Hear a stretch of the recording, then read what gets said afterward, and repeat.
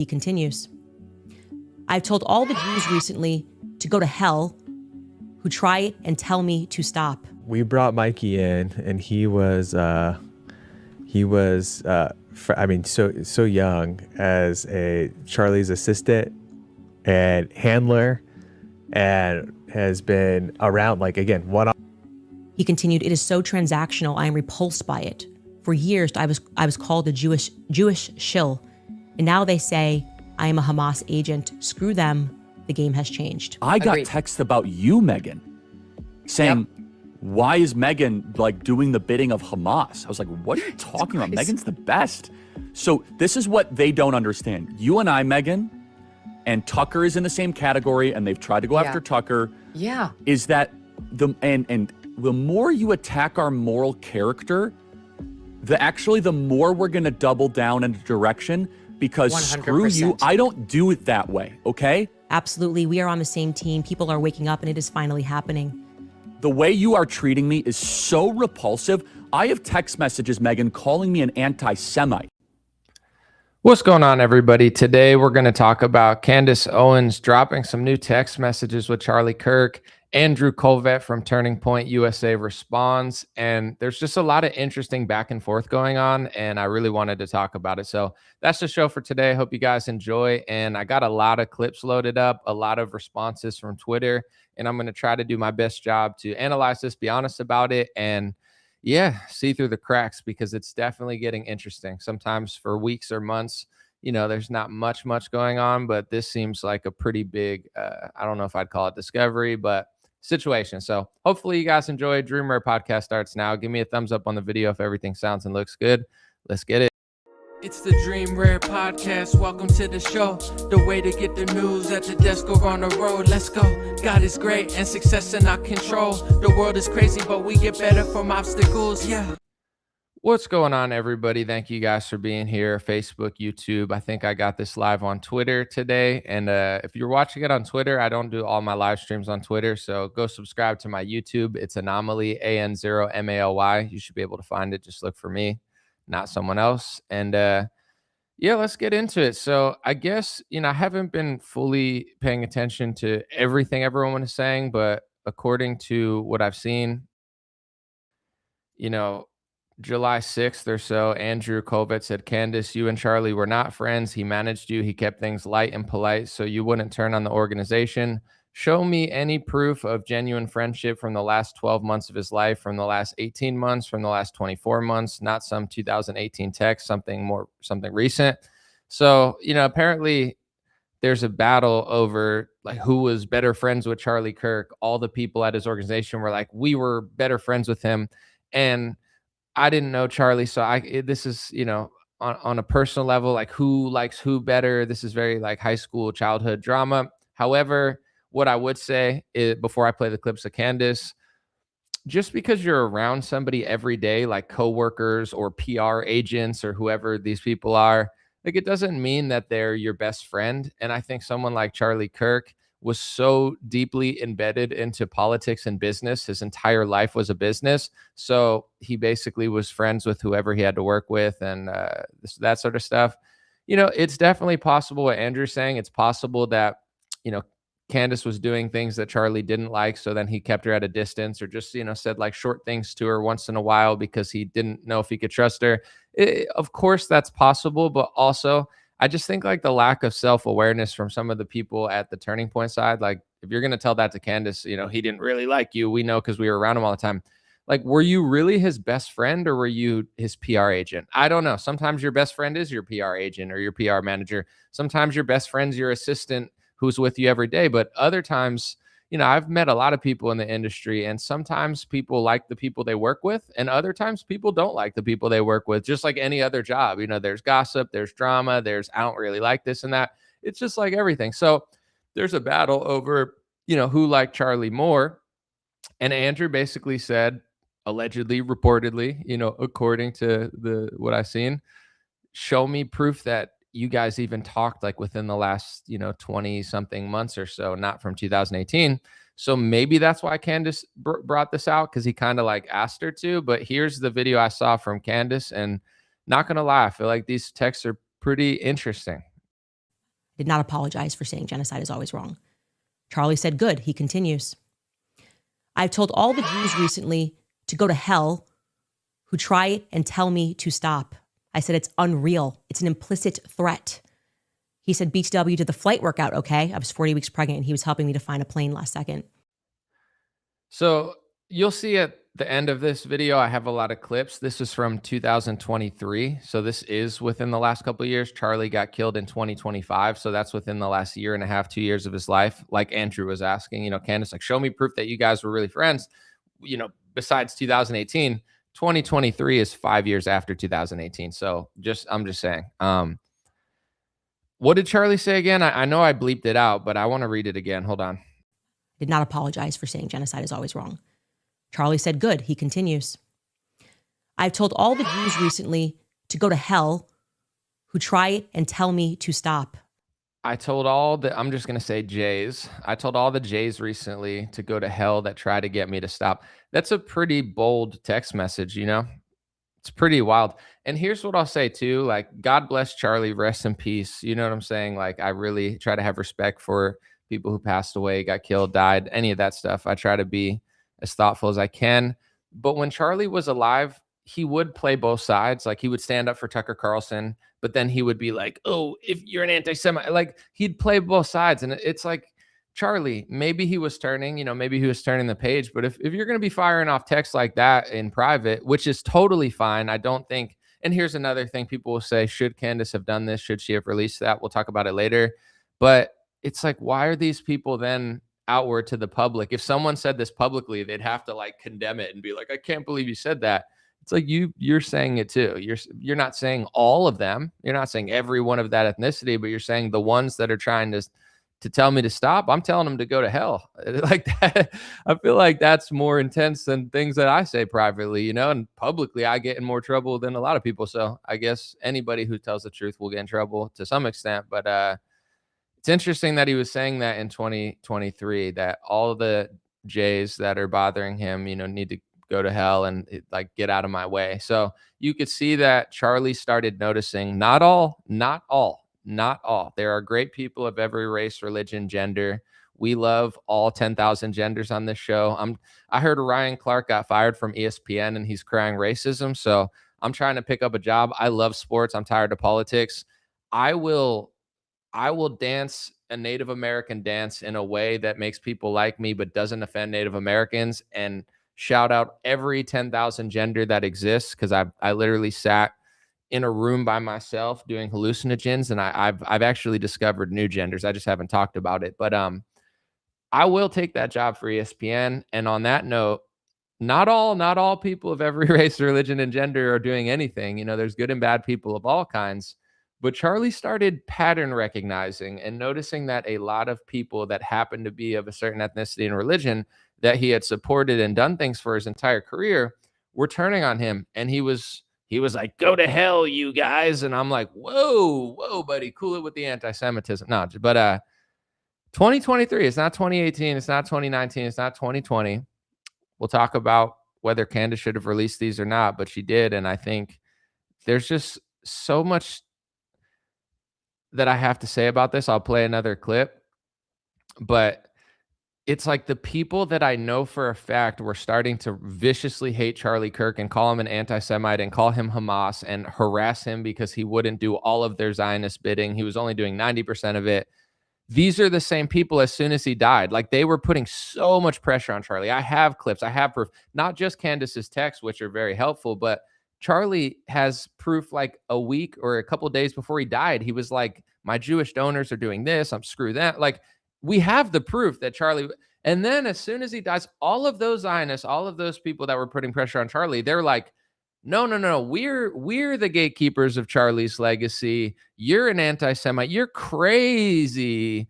He loved everything that we did, and he didn't like you kooks, and show us the text. And then you show them the text, and they're like, oh my gosh, I can't believe you did that. It's like you literally like kind of told her to. You know what I'm saying? You're like, show us more recent ones. She's like this one? Did not apologize for saying genocide is always wrong. Charlie said, good. He continues. I've told all the Jews recently to go to hell who try and tell me to stop. So now this is the same guy that all the Zionists are like, no, you can't question anything about it. It's all what we said it was. And it just so happened that at the turning point of his career, when he started to break away from his shell and it was becoming a huge problem for us, he just got killed by a leftist. And that's all it ever was. And how dare you even talk? Like, it's like they wanted to essentially bury the version of Charlie Kirk that started breaking out of his shell with the death of Charlie Kirk. Like, that's what I started noticing after, because I'm like, let's just say Tyler Robinson did it. They have all the evidence. It's totally him. It's a leftist. It still doesn't excuse. And, there's always going to be the people that are saying, well, what is Candace in this? It's like, what is Willy Wonka doing right now? What are they saying on Fox News? The truth is the truth, regardless of what them are saying and fighting about. Like, what are you saying? Forget what everyone else is saying. What I'm saying and what I'm seeing is people that I found tweets of like a month or two before Charlie died saying Charlie's turning far right, he's turning Hamas, he's turning into the woke Reich, he's a Tucker Carlson, screw him, he's going to be a huge problem for us. As soon as he died, I watched those same people. I did a whole video on it and I have it documented. If you go back a few months, I just did a timeline. They're like, he was always on our side. It's anti-Semitism to say he wasn't. It's like, you're acting really suspicious. I'm not saying you did anything. I'm not a detective. I don't have that sort of power. But if we were playing the game of Clue, you would be very suspicious to me just because you're lying. I could be like, yeah, I didn't like Charlie for years because he pushed, the Israel lobby line too much. And then I started to like him a little more. That's the truth. I wasn't always the biggest fan of Charlie Kirk. That's just the reality. But I don't need to lie about that in order to make my point.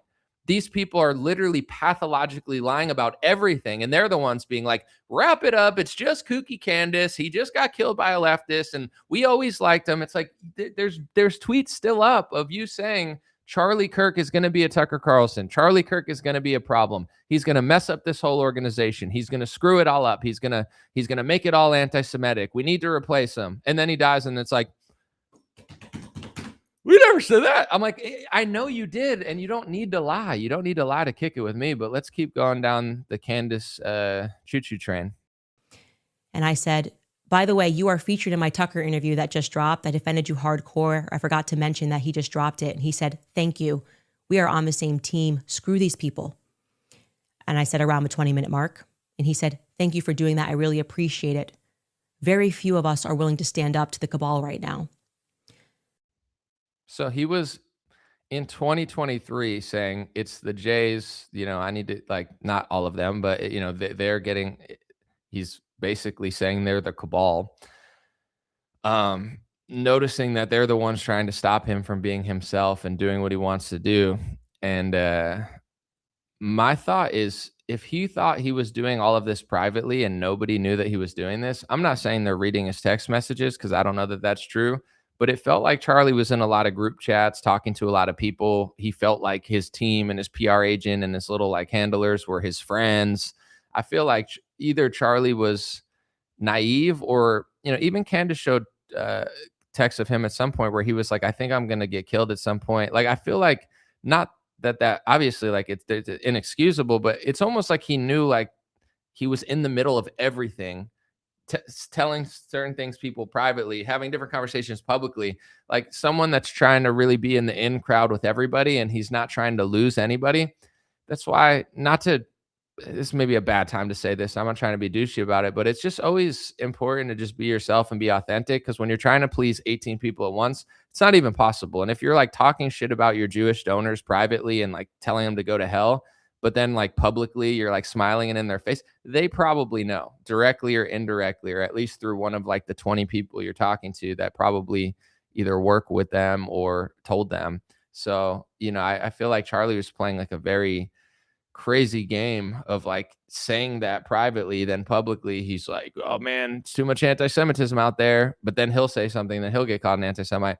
But yeah, if he was texting these to Candace in 2023, I don't know if Charlie thought that the people he was texting didn't know about it, but I would think that they probably knew that he was being two-faced to them, especially the ones dumping money into him. I highly doubt that they wanted that or like that. I said, thank you so much for having my back. I have yours. I'm really so disgusted by what they did to you. Years of service to the pro-Israel cause and no one cares, treating you like you are only as good as what you can do to them. The plane worked out great today. Thank you so much. It made all the difference. This pregnant, LOL, I'm literally 40 weeks. And he wrote, absolutely, we are on the same team. People are waking up and it is finally happening. Once again, not 2018, not 2019, not 2020. Of course, as I'll say later, he could have wanted to distance himself from Candace. He could have got mad over Macron stuff, which Andrew talks about. We'll get into that. But 2023 was not that long ago, like a year and a half within 2 years of him being killed. He said, people are waking up. They're the cabal. It's the blanks that are basically like he was saying. Oh, I'm sorry to laugh at it. It's not funny, but like, it was saying all of that stuff. Like he's like, he knew exactly what was going on. He knew who was doing it. He knew who was bothering him. It's not all. It's not to say it's all. It's not true. But it's just like I talk about all the time in my videos. If a Israeli billionaire who likes Israel more than America gives Trump hundreds of millions of dollars, and then Trump starts working for Israel, it's not anti-Semitism to say that, they're paying to play. That's how the world works. If you pay the NFL $500 million, they run your ads. If you pay a politician $100 million, they do something for you. That's just literally the truth. It's not hate speech. So I think Charlie was just getting tired of playing both sides. And, I think he found out what everyone finds out, which is if people aren't really your friends and they're just using you, then they're going to hate you eventually. Like I always knew that with Charlie, where I was like, dude, Charlie is such a puppet for the Israel lobby, and it's embarrassing and it's humiliating. And privately, it seems like he knew that. Like he's like, in the next text message I'll show you, he said, I've been called a Jewish shill my whole career because I was basically working for these people. And then as soon as I want to be myself, then they call me Hamas. And Charlie felt so betrayed because he knew that he sacrificed his own character, his own career.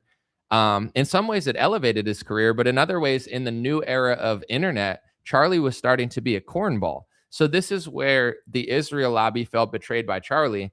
They dumped a lot of money into him to create him. They made Charlie famous, and they have a point, by the way. I'm not saying that it justifies anything, or obviously I'm just being real.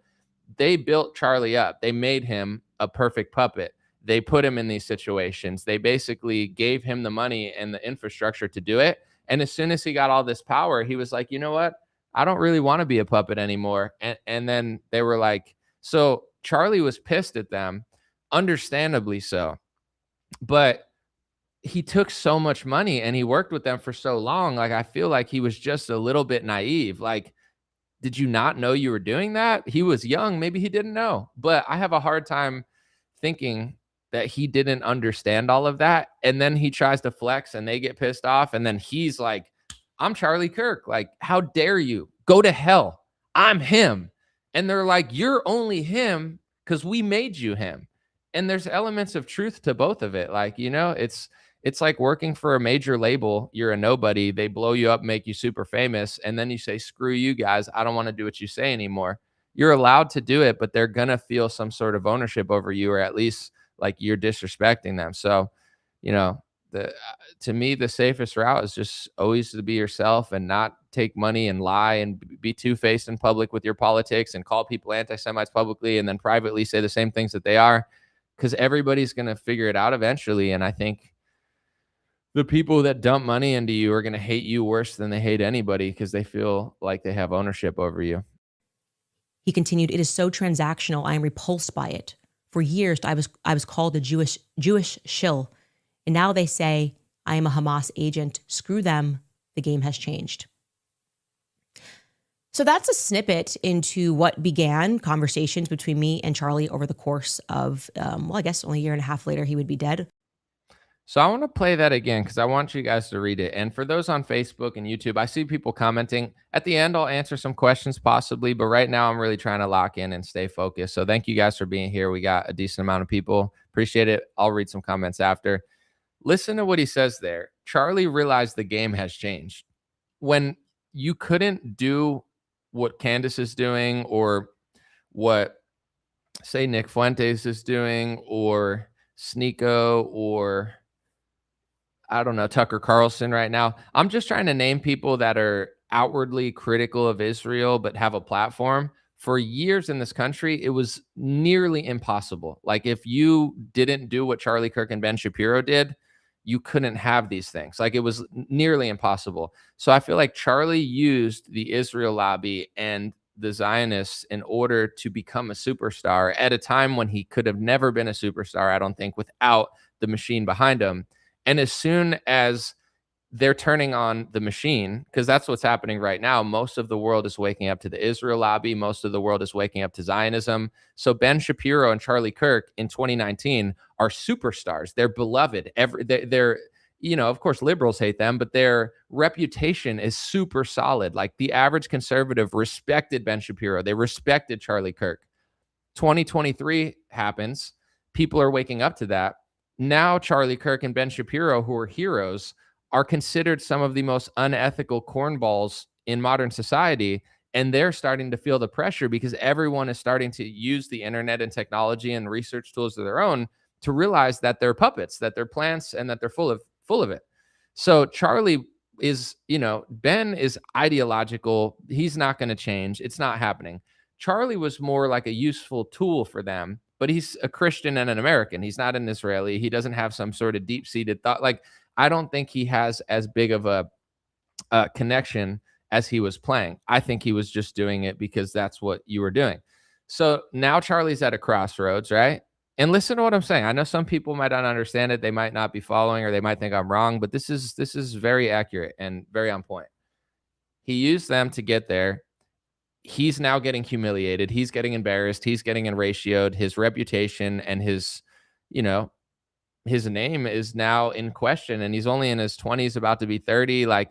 He's facing maybe the rest of my career. I'm going to be an embarrassment because I'm sucking, metaphorically sucking off the Israel lobby too much.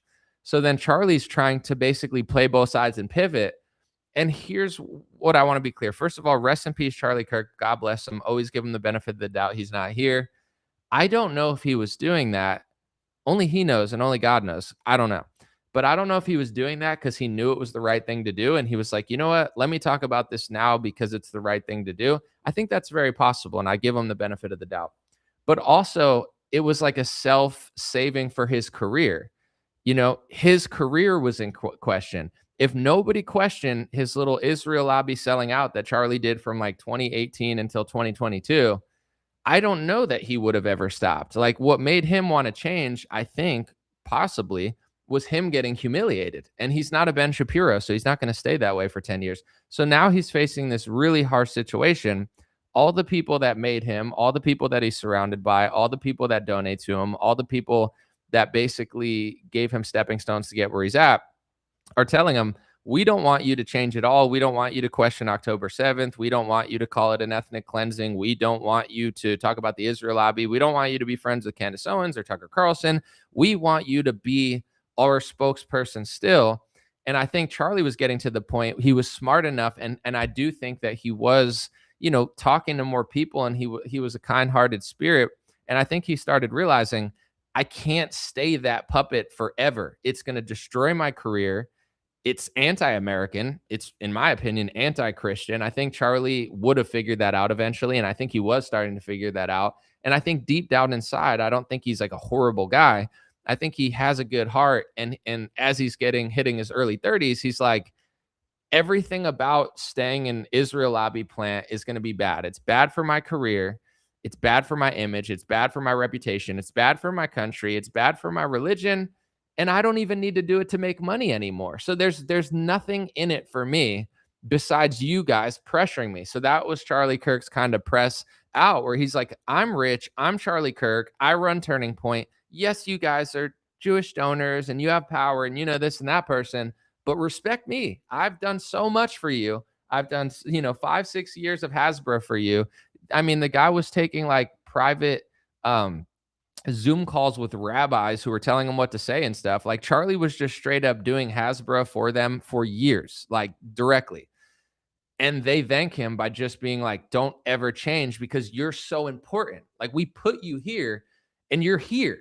If you change, if Turning Point has a turning point and you turn the youth and the biggest, Coachella of conservative politics and these events that we're doing against Israel and the lobby to any extent, even if you're not trying to, even if you're just trying to be honest and be like, hey, I love Israel, but I also love America, that was not cutting it for them. So people need to understand this. And I don't care right now what you think about Tyler Robinson or this or that. Don't fall for this trap of like, you're either Candace Owens or you're Turning Point USA. You're either defending a widow or you're a horrible person. These are false dichotomies. You can like and dislike whoever you want, but you have to understand what I'm saying here is 100% true, and it's not even debatable. Charlie Kirk was being called an anti-Semite for years before he died. He was being called Hamas.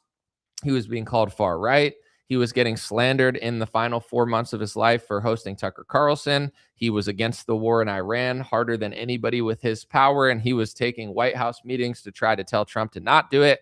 These are not indisputable facts. These are not what Candace thinks. These are not what Andrew Kolvet thinks. This is not what Jack Posobiec said. These are indisputable facts, and a lot of people, especially on the Zionist side, are trying to use Candace and everything that she says and be like, look at the Egyptian plane, in order to make you think that this never happened. What I'm saying, it's not, I'm not debating about this. I know this. I have a bunch of clips of this. Charlie said this. He was telling everybody. He was telling Candace. He was texting his friends a couple of days or a week before he died.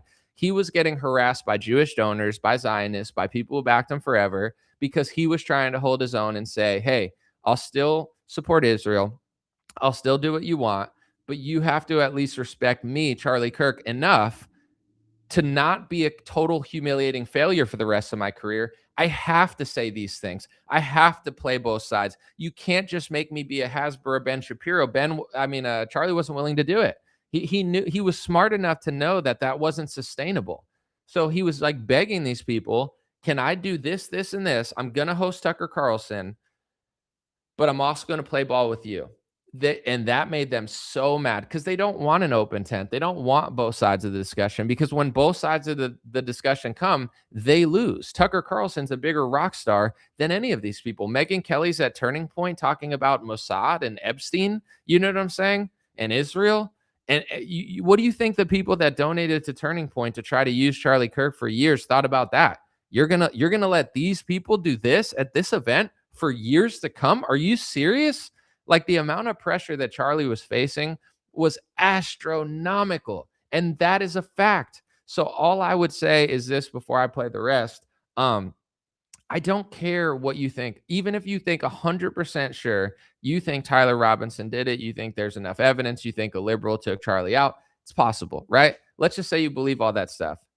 It doesn't change anything that I just said.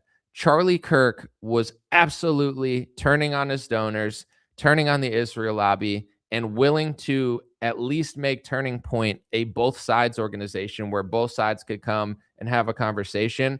And the people that hated it the most are the ones who benefit the most from him dying, because now they can pretend like it never happened. Now they could shift the organization in whatever direction they want and just say it's just Candace Owens on the other side with her Egyptian conspiracy theories. You know what I'm saying? These are the games that they're playing. I know really smart people that are super educated, and I know a lot of people that do a lot of things, but so many people get their information from podcasts and social media. I think, like we all do at this point, that's just where most of the information and news is coming from. But they're getting tricked by really bad actors making these false dichotomies. It would be like me saying, if you challenge the Republican Party and try to make them more conservative or more fiscally conservative because they're printing money like a communist, that makes you Islamic because the Democrats are with Islam. Like, these are the stupid games that they play. And some people are falling for it, being like, oh, no, I don't want to do that. Yeah, I don't like Mamdani either. I don't like AOC. I don't like Ilhan Omar. I don't like Nancy Pelosi. But that doesn't change the fact of what Republicans are doing. You can't do this with the Charlie Kirk situation. I know some really smart people, and I also know some really, what I think are smart influencers, misleading people by using these false dichotomies, or just putting one thing up and be like, I don't see the proof of this, that, and this. I understand why they're doing it, because they're having like a direct battle with Candace Owens. That's fine. You could do that. People are entitled to counter who they want, say what they want.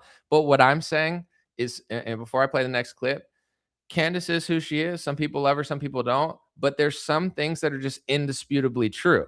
You can't let what she said bother you so much, or whatever, to the point where you're like, oh, it must just all be not real and it's just Tyler. Sure, it's just think it's him. I don't personally, but if you want to, sure. But the timing of it is insane. Like, it would be like It would be like if Donald Trump came out on stage. I mean, this is a little bit of an exaggeration, but just for symbolism purposes, if he came out on stage and did a huge speech on the Israel lobby, not that Charlie did that, but he was privately doing it.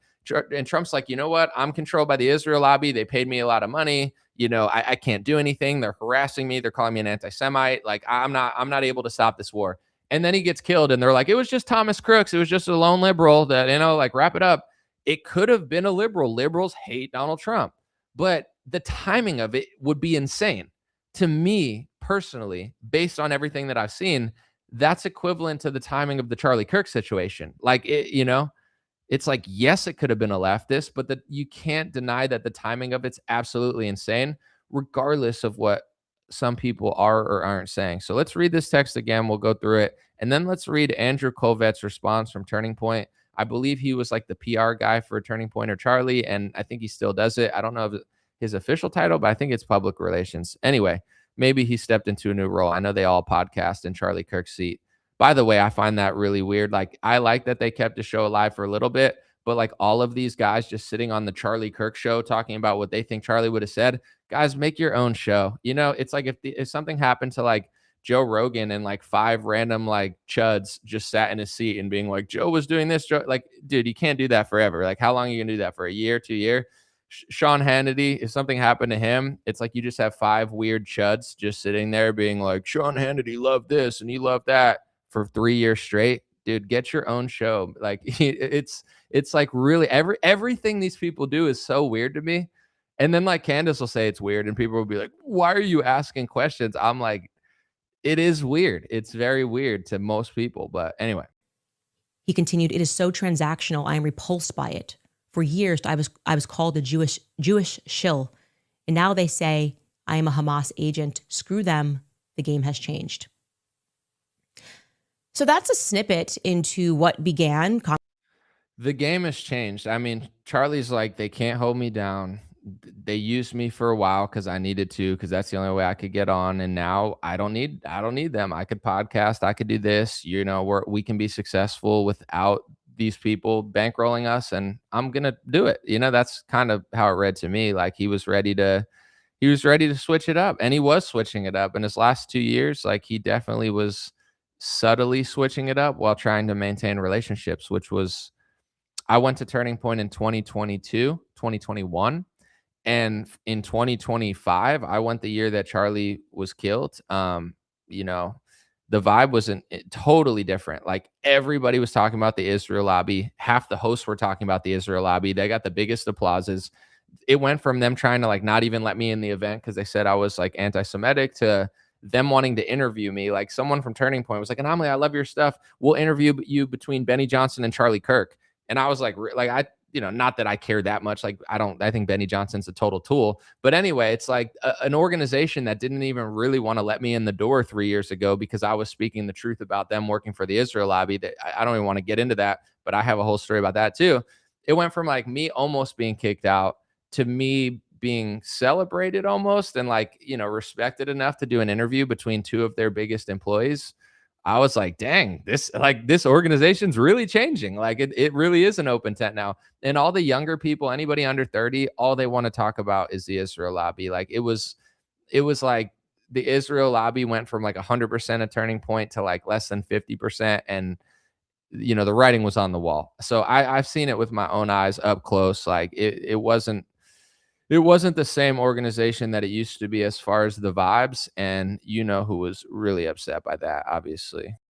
Just over a year and a half later, he would be murdered about Zionism and how they were moving in on speech, how they were bullying us. We have conversations about Seth Dillon, all the players who we were involved and trying to gaslight us by name calling us, and very clearly were coordinating with one another.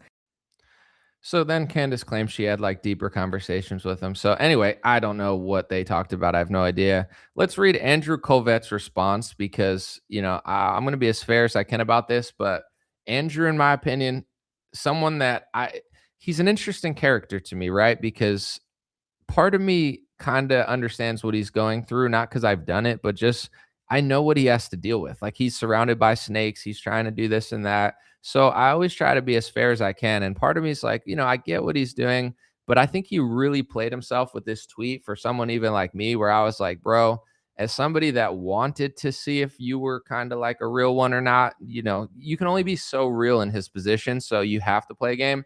But now I don't trust this guy at all. And I'm like, dude, what a cornball. So I'll show you why. I'll read his response and then I'll pause at the part that really made me think that he's a total cornball. So he responded, he said, yes, I've seen the alleged text shared by Candace. I have no idea about their authenticity. For argument's sake, let's assume they're real. Here are my observations. He said, it could be an evil thing to release a man's private messages after his death. Not everything means to be public, is meant to be public. I can understand certain things in certain contexts, but Candace is weaponizing these messages to diminish Charlie's public statements and advance her own agenda. And he's not here to defend himself. So first of all, a lot of weird stuff there. Let's recall. Andrew said, Candace, you and Charlie were not friends. He managed you. He kept things light and polite. Show me any proof of genuine friendship from the last 12 months, 18 months, 24 months, not 2018. So he basically asked Candace to show proof that they talked recently. Candace shows these texts that they talked recently, and he's like, how dare you put texts out there? Some texts are good, but some texts aren't. So are you the god of which texts are and aren't good? Me personally, I don't think anything nefarious is in these texts. Like, I don't think I do think, honestly, she did release some embarrassing texts to Charlie that she shouldn't have, in my opinion. No offense to Candace, but like the Nicki Minaj ones, I thought that those were like insanely cringe. Like, why are you showing him like reading like Queenie? He's like queening out over Nicki Minaj in 2018. To me, that was a private text that did not need to be public and was like totally unnecessary. But these ones, I don't know. I mean, it's like kind of relevant. You guys are calling her all sorts of names. You're saying she wasn't friends. I don't really think these ones were that nefarious. But I guess Andrew, he does, even though he asked her to show proof. Reading further, he said, also considered the moment at the time. Charlie had been unfairly called an anti-Semite in 2023. He was understandably upset by that, and he was willing to believe Candace was facing a similarly unfair attack. He's clearly trying to get support. Clearly trying to support someone who he thinks is being taken advantage of. It's important to remember that this is 2023. Candace had yet to go off the deep end with her jihad against Jews. We didn't know how far she was going to take it. So now this is why I think he's a total cornball. If you want to say Candace reaches with her theories and is doing this and doing that and isn't friends with Charlie, you could say all of those things, right? And I don't know that I agree, but I'm just saying that I think there's some validity or fairness to possibly having that opinion. To say she's on a jihad against Jays is one of the corniest, most disingenuous things like I've ever heard. Like, what, can you specify like what exactly did she do or say that is a jihad? Now he's using an Islamic term, like a Catholic woman who has a bunch of kids and who, is an American citizen. Even if you disagree with her, it's like, clearly I think she's trying at this point to serve her country and her people. It's a jihad against Jays. So Charlie was being, and I have all the videos still saved. Charlie was being viciously smeared as an anti-Semite for 3 years. I'm going to play some of the clips again because Andrew's like, oh yeah, he was getting smeared. So then that's what Andrew does, is just smears other people. The same things that Andrew is saying about Candace, everyone was saying about Charlie. And this is what the little serpent Andrew Sneakverts do in the industry. They always assume it's not me. Well, Charlie got called an anti-Semite, but he's not an anti-Semite. Yeah, well, neither were all of the people that Charlie was calling an anti-Semite for years, because Charlie was a huge, tool of the Israel lobby, and he would call everything anti-Semite to gatekeep. And then everything that he did to others happened to Charlie. And it's not that I didn't feel bad for him, but it's like, you did this to others for 5 years, and now you're getting called an anti-Semite. So if we help you when they attack you, the least you can do is just not do it to others. But that's what Andrew does. He just will do it. Oh, no. Andrew Kolvet, know who is and who isn't an anti-Semite because he's a good little goy. He's a good little goy tool now. He's like in the middle trying to be a Charlie where he's like, finessing every side and just being a two-faced liar. So he's like, I'll decide that Charlie wasn't an anti-Semite, but Candace is. So now he gets to decide who is and who isn't. Let's play the clips of how viciously Charlie was getting smeared, and the same people were doing it to Charlie. But no, it's different for her. She's on a jihad. What type of, it's never the other way around, by the way. Charlie privately was saying, essentially, they're on a jihad against me. That's what Charlie thought. They're attacking me. They're coming for me. They're railing against me. And then the second that you say, hey, I think that they're all doing this to me, like Michael Jackson did, you're an anti-Semite. It's like, or Ye. And I'm not saying you have to agree with everything that Michael Jackson or Ye said, but it's like, it's never them. It's always you. It's like, if you notice that they're doing something to you, it's your fault for noticing. There's never a situation like, would Andrew ever say that they did a jihad against Charlie? Because that's how Charlie felt. So I never liked Andrew. I never trusted him. I'm not retarded, but like, I always give people the benefit of the doubt. And I'm like, maybe he's in a tough situation. I would hate to work there and have to deal with like what Candace is doing and this and that and all these people and the donors. It's not something I would want to do.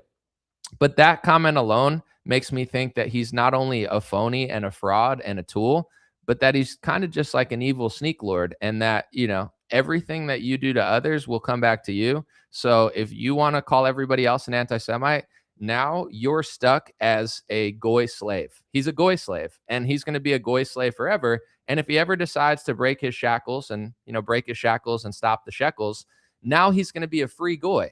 And he's going to get called an anti-Semite, and he's going to get called a Hamas supporter, and he's going to get called all of these sort of nasty names that Charlie and everybody's been called that tells even an ounce of the truth. So he's solidified himself as a goy slave. It's like, you're an anti-Semite, but you're not an anti-Semite. But why don't you say something about the Israel lobby? Why don't you make a statement, and let's see if they write articles about you and call you names? And then are we all supposed to look at you and be like, well, Andrew was on a jihad against Jays. I mean, he was just jihading against them. There's no other explanation for it. What a slippery, slimy, snarky little two-faced snake. I always give everyone the benefit of the doubt, but he just serpentined his way out of this one. Let's play some clips of Charlie, who apparently wasn't an anti-Semite, but that didn't stop Jewish organizations, Jewish publications, Jewish donors, and even Christian Zionists from slandering Charlie Kirk relentlessly and making the last 3 years of his life way harder than it needed to be. And Tucker is in the same category, and they've tried to go after Tucker. Yeah. Is that the more you attack our moral character, the more we're going to double down in a direction, because 100%. Screw you, I don't do it that way. Two of the most florid and least ashamed neocons in the United States Congress introduced legislation today to compel the tech companies to ban people who criticize Israel. Okay? And I will say this, the behavior by a lot, both privately and publicly, are pushing people like you and me away. Not like we're going to be pro-Hamas, like we're going to, but we're like, honestly, the way you are treating me is so repulsive. I have text messages, Megan, calling me an anti-Semite. So Cyberwell now is taking. So Charlie was getting viciously harassed for 3 years, called an anti-Semite. And then Andrew Sneaky Snake Kolvet is like, Candace is on a jihad against Jews. Are you going to say that about Tucker Carlson too? Because we have absolute proof that Charlie loved Tucker Carlson. Charlie put Tucker Carlson on the stage. Charlie Kirk got harassed, slandered, smeared, and stressed out because he wouldn't abandon Tucker Carlson when everybody wanted him to. And that's like in the last month or two of his life.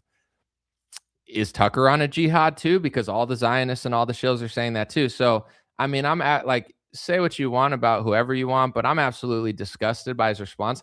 If you want to say the text messages are fake, then say they're fake. He doesn't know if they're fake or not. So you don't know if they're fake or not, right? Here's one that is real and that Andrew Kolvet said was real. This is Candace put this out on her show months ago. And Andrew Kolvet said, oh, yeah, I was on that group chat. I can confirm that that's real. And Charlie said that a couple of days or a couple of weeks before he died. I don't know if it was days or weeks, but let's read that. This is a real text message, folks. Charlie said, just lost another huge Jewish donor, $2 million a year because we won't cancel Tucker. I'm thinking of inviting Candace. Ugh. Jewish donors play into all the stereotypes. I cannot and will not be bullied like this. Leave me no choice but to leave the pro-Israel cause. Guys, this is a real text message. Andrew Kolvet said that this is real. This is true. Charlie absolutely said this. And this happened in the last year of Charlie's death. I don't remember the exact day or month, but it was not very long before he died. So then he's sitting there saying, he wasn't even friends with you. Okay. He wasn't friends with Candace, but he was willing to book her for Turning Point and bring her back. But he didn't feel that way. But it's just you who's on a jihad, even though Charlie was being called an anti-Semite, but he was doing it differently. Like, in a way, this is why people love Candace Owens. Like, the people who watch Candace Owens every day, if you talk to them, they'll say, she's a genius. She's doing that. She's doing this. She's stringing them along. And part of you wants to shut it down. Not that I want to, but it's like, you know, when people are like, oh, just wait, trust the plan. Candace is going to, like, she becomes like a Q. In 5 weeks, she's going to do this.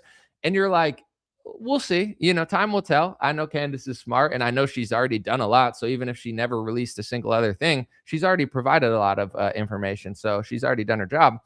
But it's kind of like happening, you know, like they're like, oh, she's going to drip it out. And I was like, why would she drip it out? Like, why not just show it all at first? But she is kind of just like chessing these people and making them look like idiots. For anyone that's non-biased enough to not like choose a side. And if you're on her side, I'm not saying that's a bad thing. I'm just saying, like, some people are addicted to just disliking her or like believing somebody's sneaky. I've really tried to, even though I like Candace, I know her, I have a natural bias. I always try to, in journalism mode, just be as honest as I possibly can. And I'm like, even though I know Candace, I'm not Candace. I don't fully trust anybody. Let me, you know, let's see what she does. But it's like, she is just playing chess on these people. Like, they're like, why don't you show these texts? Okay, here's the text. And then, like, if this were a chess game, she checkmated Andrew Kolvet in 3 moves. Like, I was one of the people, even though I know Candace, like I said, and I like her, I was giving Andrew the benefit of the doubt. I don't have, you know, like, oh, I like these people, but not these people. I don't have time for that. I'm an adult. This isn't high school for me. So I could, you know, think, well, maybe, you know, he's a good guy and he's just facing a lot and Candace is being hard on him or whatever, but he's doing the best he can. You know, I'm trying to give him the benefit of the doubt as much as possible. And then she just cooks him like that. Show proof. Here's proof. Why'd you show proof? Because you told her to show proof. Yeah, but you weren't friends. But you said there was a text even more recent that said that Charlie, like this one, was even more recent. And Charlie said he was going to book her. And then Charlie says she's on jihad against Jays. Andrew says that Candace is on a jihad against Jays. What a loser. I mean, Candace within 3 or 4 days made Andrew Kolvet look like an absolutely slimy, sneaky, sold out goy slave snake in a way that I've never seen. And it's like he did it to himself. You could have answered her video in any sort of way. I don't know if that's real, this or that. To call her a jihad against Jays, you're a piece of garbage snake. No one honest or patriotic is ever going to trust you again. To ask her why she did it when you told her to show proof is insane. And then to say that Charlie, you know, wasn't anti-Semitic, but you were, what an idiot, dude. I can't stand this guy now. I went from being like indifferent to being like, now, you know, now you got me with the candy stance. Now you got me over here with the people that are like, see, we never really trusted him. And I was like, all right, I see it. I see it now. You know, I'm waiting to see what happens. And I guess Candace is taking her time of what she wants to show when. And she's stunning on this dude. I'm sorry, but she cooked him. Let's read again. She said, you know, Charlie had also considered the time. Charlie had been unfairly called an anti-Semite in 2023. He was understandably upset by that. Let me see. It's important to remember that in 2023, Candace said he had to go off the deep end with her jihad against the Jays. We didn't yet know how far she was going to take it. Our relationship with Daily Wire had sometimes been rocky over the years, but these texts would be from before things improved significantly in 2024 during Trump's reelection and victory, which is why Ben spoke at AmFest in 2024 and 2025 at Charlie's invitation. Did disagreements remain? Of course, but at the time of these texts, Charlie was not yet in regular communication with Ben and Jeremy, and he was only hearing Candace's version of events. But publishing what she claims are private messages is illustrative of her character, and it's an important story that explains how Charlie became very aware of this. So he's now trying to claim. I mean, dude, this guy is a serpent. It's actually fascinating. He's like, no, that was in 2023. In 2024, Charlie got on way better terms with Daily Wire, and he only heard Candace's side of the story. I have videos of him a month before he died saying the same exact things basically publicly to Megyn Kelly. I've played them 100 times. He's getting called an anti-Semite. He's getting texts calling Megyn Hamas. He's getting slandered, and donors are pulling out over Tucker Carlson. He can't stand it. Now Andrew's trying to paint the picture that this only happened in 2023, and in 2025, Charlie was so much different. It's not true. We don't need Candace's text for this. There's public proof. The fact that he's so willing to lie about something so public, this is the reason Candace says, I don't trust these people. There's something weird going on, right? I like when you say it with a platform of Candace's, the magnitude of you saying that is enormous because Candace is a superstar. She's reaching millions or tens of millions of people every show. So when she says it, it's a huge statement, and people are like, oh, you can't just accuse this and that person and say this and that. I get it. With great power comes great responsibility, but I don't know how she's been saying it. But I get if the statement is, I don't trust these people, she's totally right. Or something weird's going on. Completely true. Like completely, absolutely true. Because the level of gaslighting is actually unreal. I wish I had the tweet, but somebody that literally said that he wanted Charlie to step down from the organization. He was going woke right and far right, and that he was going to turn Turning Point into like a Tucker organization. After Charlie died, he literally said the opposite and was like, I never said that. That's so weird. Either you're a psychopath, a narcissist, and just a pathological liar, or something else is going on. You could figure it out, but it's breaking down. Andrew's response is absolutely diabolical. There's so many lies. There's so many sneaky moments of that. Like, oh, he talked to Ben in 2024 and then it really changed. Also, once again, I can't fight over who is better friends with Charlie Kirk because I wasn't. But let's just say Andrew was with Charlie more because he's like public relations for either Charlie directly or Turning Point. I don't know. You can look at his official title. Does that mean you're best friends with Charlie? Like, the people that you work with, maybe let's just say I talk to Candace. We don't really talk, but, maybe I'll podcast with her sometime. But let's just say I did, hypothetically. Once again, we don't chat on the phone at all. But I work with someone every day, but they're just my work person. That's my PR agent or whatever. I don't really trust him or whatever. He writes little statements for me and he's helping me out. But my real friend that I talk to every couple months, like that's the one I'll talk to for hours and have a real conversation with.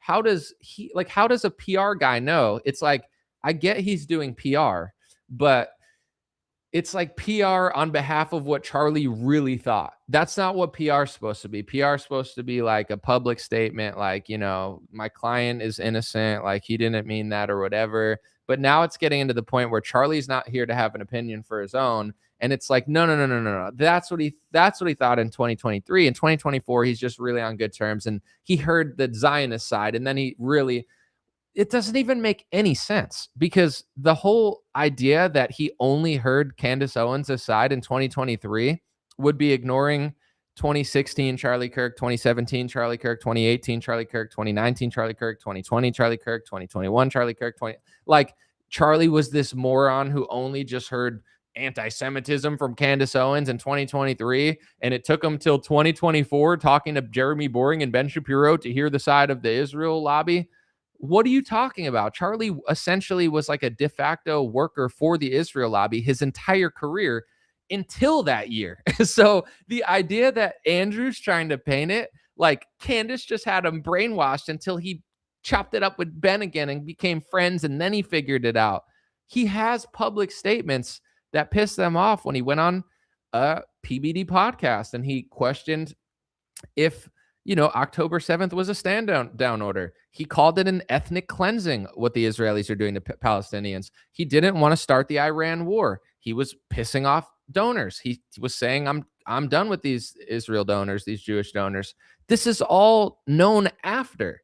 So just before I read the second part of Andrew's statement, let's just go through all of the diabolical, either flat out obvious lies that are publicly provable, or just straight up serpentine like behavior from a guy that I really, if you would have asked me 2 days ago, yeah, I don't trust him or like him, but I'm like sympathetic in a way because I don't really know who he is. And I'm just the type of person, if I don't have a reason to say something, then I'm not going to say it, or I don't have a reason to not like you, then I'm not going to I'm not going to disrespect you in a way. Like I try to play it as careful and as honest as I can. And I've seen a lot, but I haven't seen something of this level. Like this is like worse than Ben Shapiro level. Honestly, this is like, to me, this is like Lindsey Graham, Ted Cruz. This is like Nancy Pelosi level, like wickedness, in my opinion. I'd never seen it from Andrew until today. Maybe I wasn't looking hard enough. Maybe people were right. But anyway, let's go through all of them. So he doesn't know if they're real. Okay. It's evil to release a man's private text messages, he said, even though she basically asked him to, said show proof. Weaponizing these messages to diminish Charlie's public statements. There's public statements that match his private statements literally a month before he died. I just played them. I'll play them again. Charlie was being called an anti-Semite. He didn't realize that Candace was going to go on a jihad against Jays, which is exactly what Charlie was being accused of till the day he literally died. She didn't know Candace was going to go off the deep end. There's a text message of Charlie right before he died saying he wanted to book Candace Owens in 2026. Charlie just was being confused by her and what she was saying about them until he met up in 2024 and 2025 with Ben Shapiro and Jeremy Boring, as if Charlie's entire career wasn't like sucking off the Israel lobby teat and he just figured it out. And that, like, nothing about his statement makes sense. I'm actually a little bit shocked at the level of twistedness of that. Like, you really thought you were going to put 8 questionable things in 1 or 2 paragraphs, and what's the purpose of that? I mean, maybe he's just trying to solidify himself, where he's like, any honest, decent American who's America first and not a complete retard or a government agent or a plan or a sellout or somebody who's working for Zionist media, who was iffy about me, I'm just trying to run them away from me and isolate myself completely with all of the people who were viciously slandering Charlie Kirk, at the end of his life. Maybe that's his plan, because if that's not his plan and he actually thought that that's a statement that was going to like win over moderates or people on the fence about this, then I don't know what's going on. But this is another thing too. And, I podcast sometimes for 4 hours. So when you talk for a long time, your true character comes out, your humor, you know what I'm saying? Things you might have not wanted to say. Like, everybody's talking all the time on podcasts. And I think narcissists, and I'm not saying he is one, but narcissists and sociopaths and people that have a huge ego, they don't realize how unlikable they are, and they don't realize how fake they are until they do a podcast. Like, they think in their head, oh, I could do that. I'm just like everybody else. I listen to Brian Herpole on Sean Ryan. I've talked about it a lot. Before that, once again, I have no reason to think anything suspicious about it. I'm just like, dude, this guy's really, maybe he just had a really tough job and just unfortunate situation. It's a hard thing. After the interview, it was like that message times 50. I was like, how does this guy not realize how he came across? But when you're a narcissist or you're an egomaniac and your ego clouds your self-awareness of who you are and what you're saying, you're telling yourself like, oh no, I can sit in Charlie Kirk's seat and podcast for 2 hours a day. I'm just like him. I'm just as cool, and I'm smart, and I'm funny, and I'm smooth, and I'm likable, and I look good. You know what I'm saying? And it's like, maybe it's true. Maybe, some people are stars, and podcasting is not rocket science. It's not like plumbing and stuff where you need to be like really understand stuff. You're just talking. So it's not like I'm acting like I reinvented the wheel or invented the computer. Yeah, it is easy. But the more you talk, the more you say who you are. And some people are just not that honest, or not really like that. I could never imagine saying you didn't even have to respond to Candace's video, but you did with that. That's how you're going to try to beat Candace Owens. I've said this for like a year now, or whenever Candace has been doing this for years, but let's just say since the Charlie stuff, she's playing whack-a-mole with these people. Like, even if you think she's not doing a good job, she's doing better than them. On her worst day, she's doing better than these people because they're all frauds. So it's like, even if she makes mistakes about certain things or says it's these planes and she doesn't really know what she's talking about because she's just asking questions, that's when I personally tune out. No offense, like maybe there's something there, but I'm like, I don't know about all that, but whatever. She can say what she wants and they can get mad at it.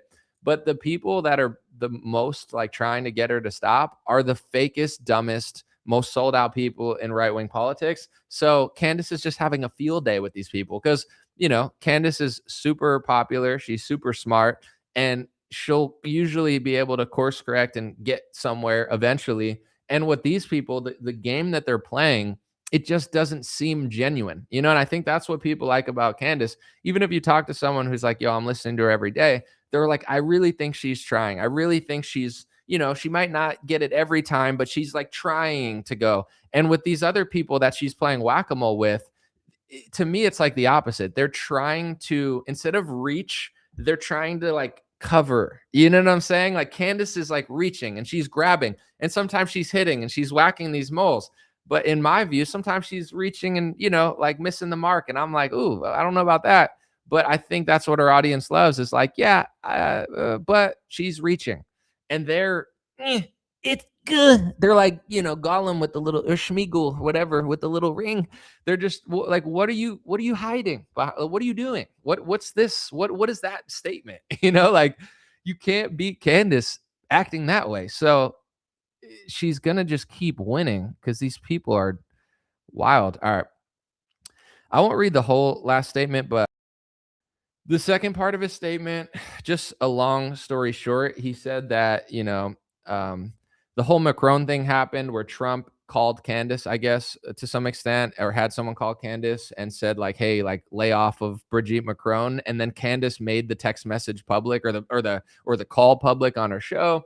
And then Andrew says that Charlie claimed that he could never trust Candace again because of that situation, that she made something public that should have been private. Is that possible? It's absolutely possible. That's possible. Charlie didn't like the way she did that. It's possible Charlie would have handled it differently. I think that could be true. It could not be true, but it could be true. With that being said, the first half of the statement wasn't really accurate. And also, even if that were true, like, Charlie got mad at Candace for a year because of what she did with the Trump thing.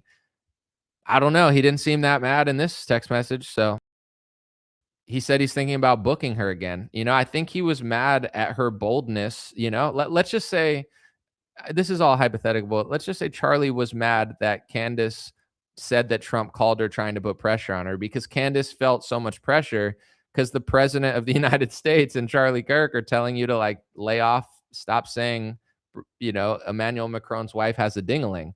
So I guess, Candace just went public with it. She was like, yo, Trump's calling me, telling me to stop, but I'm not going to stop.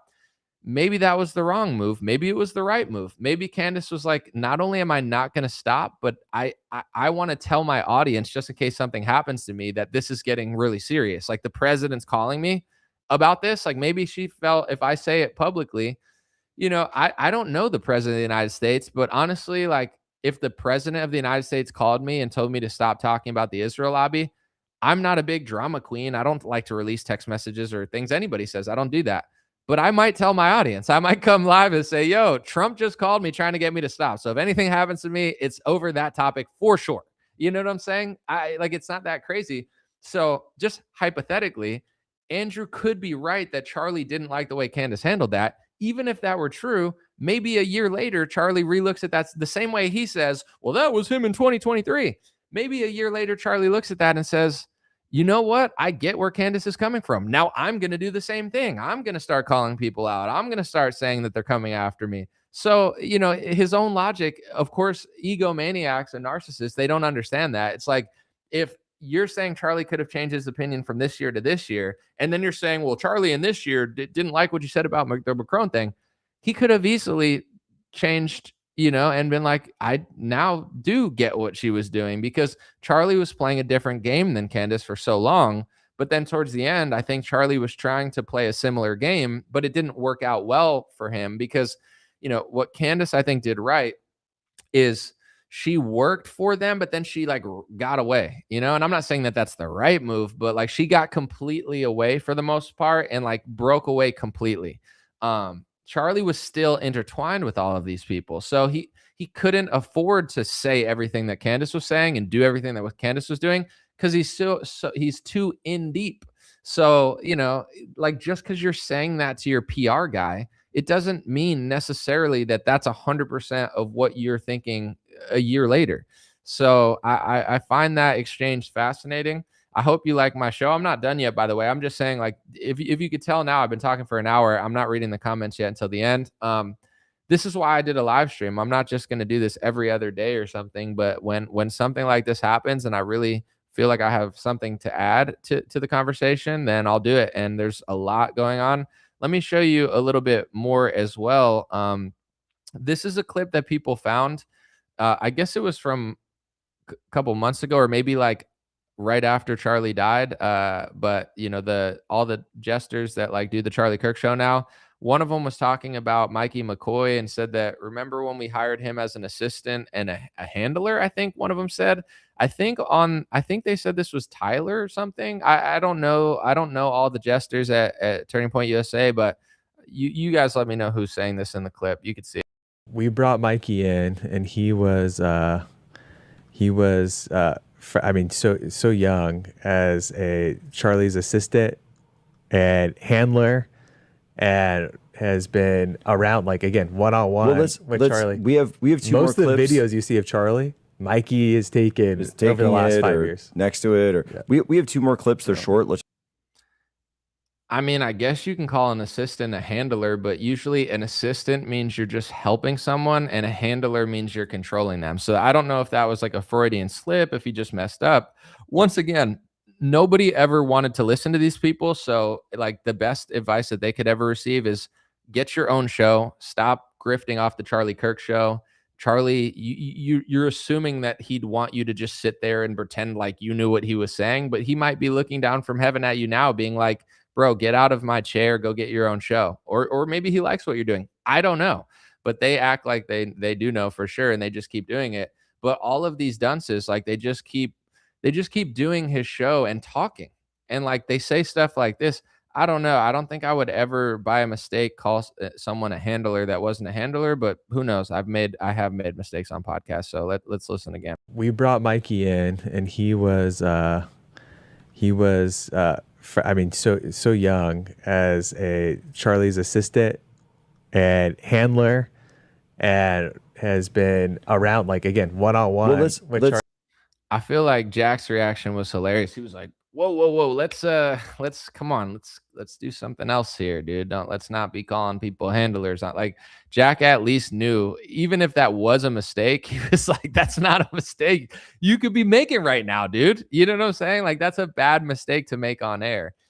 We all make mistakes, but if that was a mistake, that's a bad one. And if it wasn't a mistake, it's a revealing one. I don't know who is who or what they were doing, but calling an assistant a handler is crazy work if it was somehow a mistake. So I'll read some comments now. Thank you guys for hanging out. I don't know if I could scroll up. I don't even know if there are super chats, but just to recap, you know, Candace dropped these messages.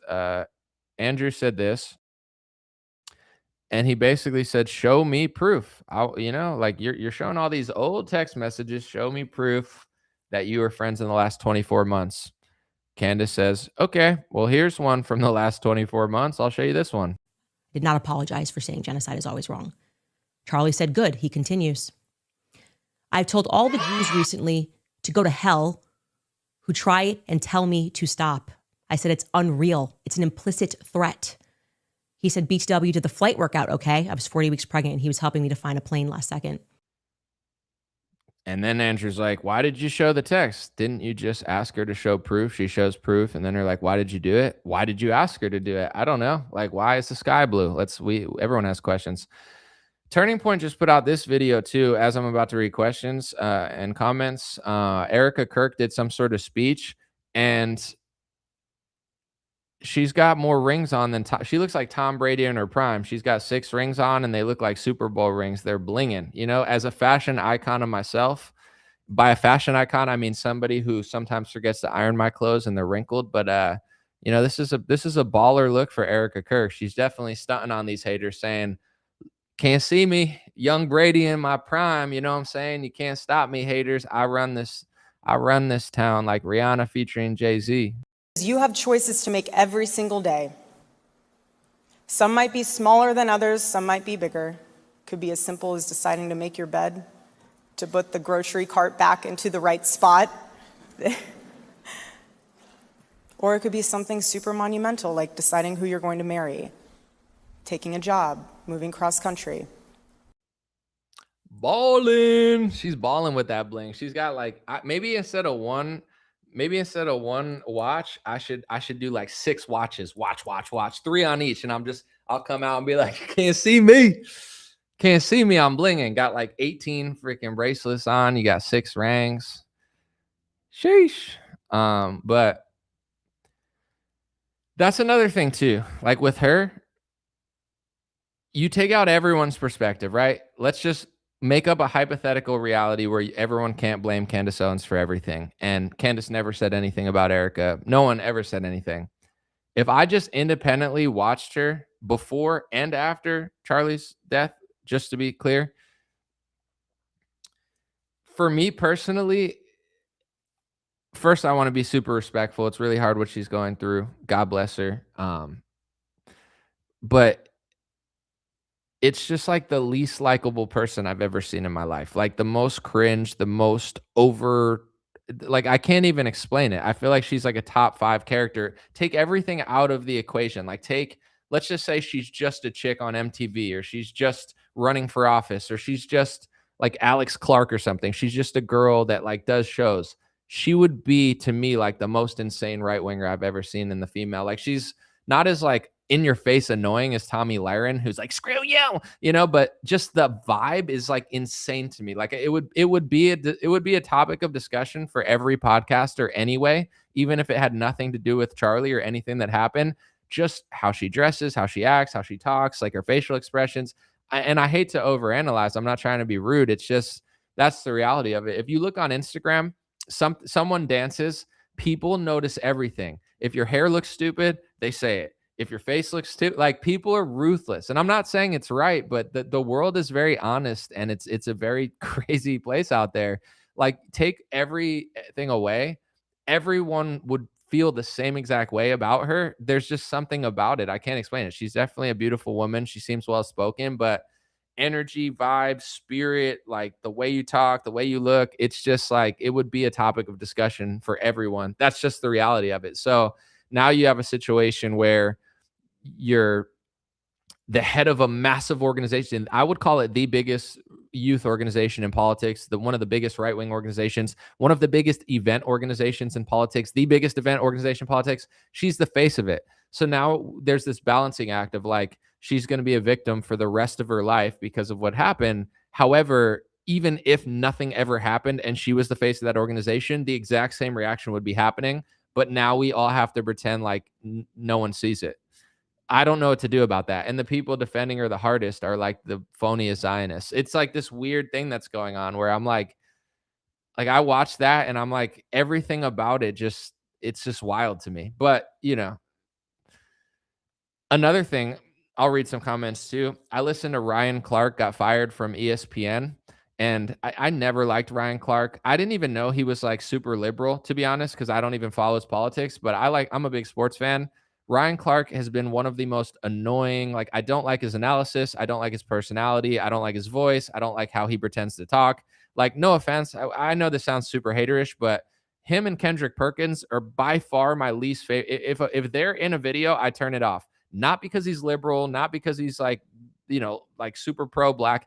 I didn't even honestly really know that. Like, I didn't even know he was super political. I just think he's just terrible. Like even Kendrick Perkins, what's his politics? I have no idea. I just think he's one of the worst sports analysts I've ever heard in my life. And I hate listening to him. And I just don't get a good vibe from him. He got fired from ESPN. I listened to a podcast of him and it was like the craziest hour of my life. Like psychologically, his ego is absolutely through the roof. He claims racism is the reason he's gone, even though he's hired. You can't hang out with people or hire people like this because you'll give them an opportunity. You make them make tens of millions of dollars. And if you ever want to part ways, they'll just cry racism. So it's like the same thing as her. Like certain people, like I don't want to say give me the ick because that's like a corny like girl term, but like an hour of like a Ryan Clark podcast, I couldn't believe. I was just like, everything about this is absolutely insane to me. You're living in the most obnoxious reality ever. And I could not possibly be further away from that. But some people live in that reality. It's just not the one that I live in. So, you know, like certain people, it's like everything about them that bothers me. And I hate that, like, that sounds so hatery, and I don't even like to say it, but it's like the way he talks, the way he thinks, like, and then there's other people you listen to, and it's the exact opposite. And then you listen, like someone like Ryan Clark will be like, it's because I'm black. If you don't like the way I talk and the way I do this and the way I do it's, but I'm like, I could name 100 black people that I like the way they talk. I like the way they think. I like their news analysis. I like their sports analysis. Like you're trying to act like I just don't like you because you're black, when I could name 100 black dudes that do the same thing as you that I like 100 times better. So it's not that. It's just, you know, like it's not your status. It's not what happened. It's like, so that's the reality. Like with Erica, I know what happened is super terrible, but if you're going to be the head of the biggest organization and doing public speeches and you do that, people are just like, it's just, people are going to have that opinion. And certain people are like very likable by the masses and certain people aren't. And being liked by the masses is not necessarily the right path. You know, sometimes the masses are wrong. So it is what it is. If you guys don't mind, I'm going to, let me scroll up. I don't see any super chats, but I'm going to just fill up my coffee. I'm going to play a clip real quick. I want more coffee, or my Americano, and I'll read when I get back any super chats that have been left in the last like minute or two. If there are none, I'll just try to read the best comments. But sorry, this is like a selfish break. I appreciate y'all. I'm going to be back, and it's going to be good for you too. But like, I got to get some more Americano. I'm out. I've been sipping that scissor. By scissor, I mean literally just Americano. I'm not drinking drugs, but I just wanted to be cool, you know, sound cool, but I don't know if it did. Okay, hold on one second. Here's a clip. All right, I'm getting more coffee. I'll be right back. And Tucker is in the same category, and they've tried to go after Tucker. Yeah. Is that the more you attack our moral character, the more we're going to double down in a direction, because 100%. Screw you, I don't do it that way. Two of the most florid and least ashamed neocons in the United States Congress introduced legislation today to compel the tech companies to ban people who criticize Israel. Okay, and I will say this, the behavior by a lot, both privately and publicly, are pushing people like you and me away. Not like we're going to be pro-Hamas, not like we're going to, but we're like, honestly, the way you are treating me is so repulsive. I have text messages, Megan, calling me an anti-Semite. So Cyberwell now is taking, you mentioned over 10,000 examples that we've reported to social media platforms. Actually, the number is much higher at this point, around 11,500. And we believe those flags have been responsible for removing well over 300,000 pieces of content is what we estimate. Cyberwell is fighting back by taking our high integrity data on what online anti-Semitism is. I have text messages, Megan, calling me an anti-Semite. I am learning biblical Hebrew and writing a book on the Shabbat. I honor the Shabbat, literally the Jewish Sabbath. I visit Israel and fight for it. And there's another article out in the Times of Israel today. I could read it on air. I was just reading before I got on. Charlie, what are you doing? Like, why are you, what am I doing? I'm sorry. Like, let's just take a step back here. Like, I'm an American citizen. And actually using LLMs and generative AI to really take the brain of our human analysts and identify anti-Semitism accurately online. And we believe that this type of work is not only what's going to be able to help social media platforms automatically flag and remove hate speech that violates their policies, including anti-Semitism, but is a crucial thing to do as we look at the rollout of AI, because all of these large language models are trained on online data, including anti-Semitism. So the president and the secretary have made it a priority that they are going to not tolerate anti-Semitism anywhere and by anybody. The amount of hate speech that we've seen during this time. I mean, it's off the charts. You look through social media, you see it even on television. The lines, they're not even blurred anymore. They're gone. How do you even begin to tackle such a phenomenon? In order to accurately make sure that that data is not being amplified and that bias isn't being created in these large language models or ChatGPT-like applications, you're going to want an expert like Cyberwell to come in and give you high integrity data and an AI application that can ensure that data isn't being amplified. Since Cyberwell started in 2022, we definitely have seen an increase in the rates of removal by the social media platforms when we started this work. Well, I think you have to have an understanding that, first of all, in this country, we believe very strongly in free speech. It's the basis in our Constitution. And we also believe in the freedom of religion. You have to balance that. But you balance that in two ways. Europe has hate speech laws, probably some of the best on the books, but it's selectively enforced. So if you selectively enforce a rule, it's not going to have any effect whatsoever. And you can see how it's had no effect in Europe in monitoring and stopping the hate.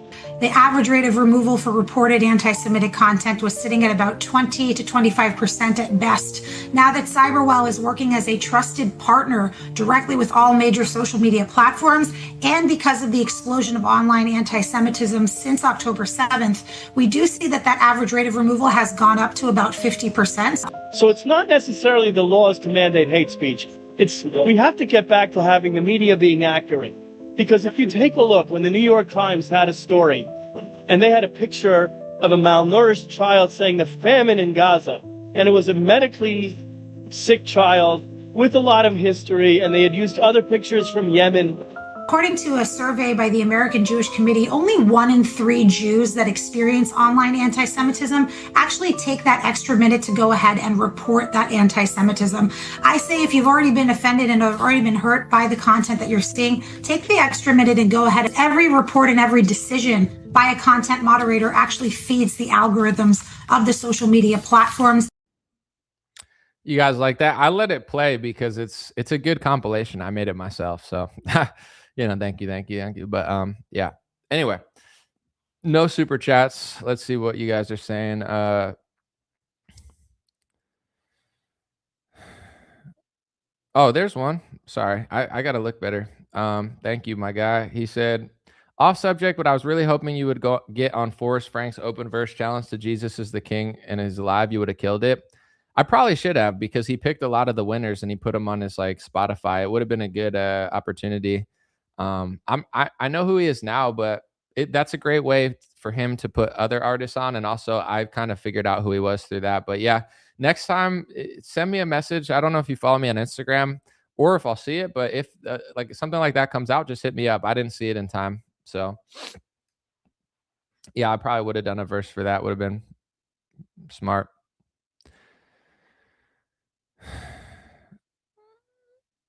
Someone said, in the fact that they say Jesus is Lord. Now, Jesus is King, I think they say, is anti-Semitism because it's used in an anti-Semitic way. But according to them, I've gone through this and I've been clear, and I'm willing to debate anybody on it because I could literally make another compilation like this for what I'm about to say.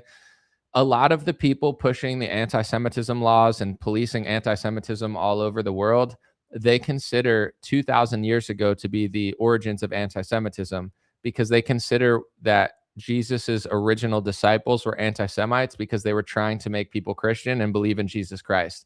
And the Jews of the time did not like Jesus Christ, and they didn't want to believe that he was Lord, let alone even like him at all. They hated him. So that's where, most Christians, they only know what their Zionist pastor told them 10 days ago. A lot, not all, but the high level people pushing the Jewish speech laws, they have a deep understanding of their people for thousands of years. So they, most Christians don't even realize that when you use the word anti-Semitism, it's an anti-Christian word. It's an anti-Jesus word. It's an anti-American word. It's not First Amendment compliant. Nothing about it does anything. It's like saying racism. I never use the word racist. You could say, I don't like all white people. That's not racist. I could explain what you're doing and why it's wrong without using that word. If I can't, then I'm just probably lying or covering it up. So with all of that stuff, most people won't say what I'm saying. And the reason they won't say, either they're afraid to, or more commonly, they're not that smart. And I'm not, thank you. Someone said, I was thinking an anomaly Discord would be cool. I don't use Discord, but I am trying to do a new subscription model for this year and find something that like is not too intrusive, that'll bother me, but also that I could like reach out and actually talk to people. So maybe it'll be Discord. Thank you for the super chat. I'm considering all options to launch a new subscription model. I closed my Patreon 2 months ago to make a new one and a better one. So we'll figure it out. But I do want to say this too. A lot of influencers, especially like on the conservative side, they're all regurgitation, no education. So they're always just telling people talking points. And whether it's left wingers or right wingers, if you're just getting told talking points and you're never learning and growing, then something's wrong. So the reason I could talk about why I know the origins of anti-Semitism, or at least like where the people that are pushing it around the world and that are doing all these interviews and that they're passing the legislation, they do interviews and they do podcasts. So I listen to them say it over and over and over again. And I'm like, oh, I had no idea they thought these things. Not everyone thinks these things, but a lot of, I could name 5 or 6 different people that they say it started when anti-Semitism started after Jesus was killed because his disciples were trying to convert Jews and they didn't want to be converted. So that's when anti-Semitism originally started. Why am I one of the only influencers that can like intelligently explain that? Because I actually try to think and research and be smart. And I'm not saying I'm the smartest person in the world, but a lot of influencers, they're not even trying. All they do is talking points, regurgitation. They heard Prager say it, they say it. They heard someone say it 6 years ago, they say it. It's just, it's like dumbing down content where it's like the left doesn't want to build a wall. We know, that's why Trump just won the last election. So can we have a different discussion about something that goes deeper? And it's like, well, I'm Andrew Colbert, Stephen Colbert, and and Candace is an anti-Semite, but Charlie wasn't, but she's on a jihad against them, and blah, blah. It's like, yeah, is that the most intelligent thing you can say about this stuff? Anyway. Someone said, I don't like seeing turbans and red dot blanks everywhere I go. My name is blank. Okay. I think with that topic, I've been blessed to know only really great Indian people in my life. And I'm not even just like being like, a shill. I'm just being honest. Like I've always been cool with Indian people. My high school had a lot of Indian people and there was a lot of like self-segregation though. I was one of the only people that actually knew the Indian guys. Like most white kids like didn't even like know who the Indians were because they all stayed to themselves. But I had the Indian homies, you know what I'm saying? We were listening to a little Punjabi MC, you know what I'm saying? Smoking a little hookah. I'm just saying Anomalies culture like that. So I can't help it. I'm a man of the world. I love the Lord. So I'm not trying to be of the world, but I like every culture to some extent. So I have a great relationship with Indians. I have really nothing bad to say about the people I've met in my life that are Indian, but I think Indians as a group would be wise to understand that there are billions of people in India and they could basically like go everywhere and still have India. Like there's just so many of them. And I think they're taking over a lot of Canada and they're like immigrating and staying to themselves in Texas and other places. And it doesn't necessarily make you a bad person if you say, I don't want to live in India. There's too, like, when I go to personally, if I go to India, I can't complain about it because I'm there. But if I go to Canada, like I don't want it to look like New Delhi. Personally, I'd rather it be French. That's just my opinion. It doesn't mean there can't be anyone Indian there, but it's like if the demographics start shifting to like 60, 70% and it basically just becomes New India, it doesn't make you a racist or a bad person to notice these things. And just like India wouldn't want to become all white or all black or all Asian or all, I mean, Asian is, you get it. But, like I would say Japanese and Chinese would be a little bit smarter, but everyone has to just be honest about that because the same people of any race that cry racism would never want the other thing to happen. Like if you're like, oh, I want this neighborhood to be less white because I'm not a racist. What if I wanted it to be more white and less of your race? Would that be racist? Oh my gosh, that's the most racist. Like it's always the people that think that way that accuse the others of thinking that way. So, I think there's a way to respect Indian culture, respect Indian music and food and people, and love the Indian people that you've met. If you do, I mean, maybe you don't like them, but me personally, I haven't had that. Like I've heard and I'm not even just saying this. There's other races I've had bad experience with, but a lot of people in America do have bad experiences with like certain Indian businessmen and customer service, and a lot of people say they're a little shisty. I just haven't really seen it. Like, I don't know. I've never really done business with like Indians like that and had a bad experience, but I have heard a lot of people that have. Me personally, they've always been cool to me. So shout out India. You know what I'm saying? Maybe Anomaly Punjabi MC tour sometime. But you got to let me just be honest about the American people and that, you know, mass immigration and like H-1B visa exploitation is getting a little too much, and you guys got to chill out a little bit. But not you, but as a whole, I think that's fair. Someone said, you always speak the truth and source it out for everyone to see. That's why you always stood out to me. I appreciate you for being 100. Thank you. I mean, I always try to show people what I'm thinking and show you why I'm saying it. This way, it doesn't seem so random or like, just source, trust me, bro. It's like, I try to avoid that. So someone said, I won't work for them at all. They won't pay you. Like I said, I don't know. Someone said Indians own all the head shops around here and the gas stations. Where I'm from, they owned every gas station. Since I was a kid, like people with turbans owned every gas station. And I never understood it. I was like, how did they get every gas station in the state? But I've seen that for sure.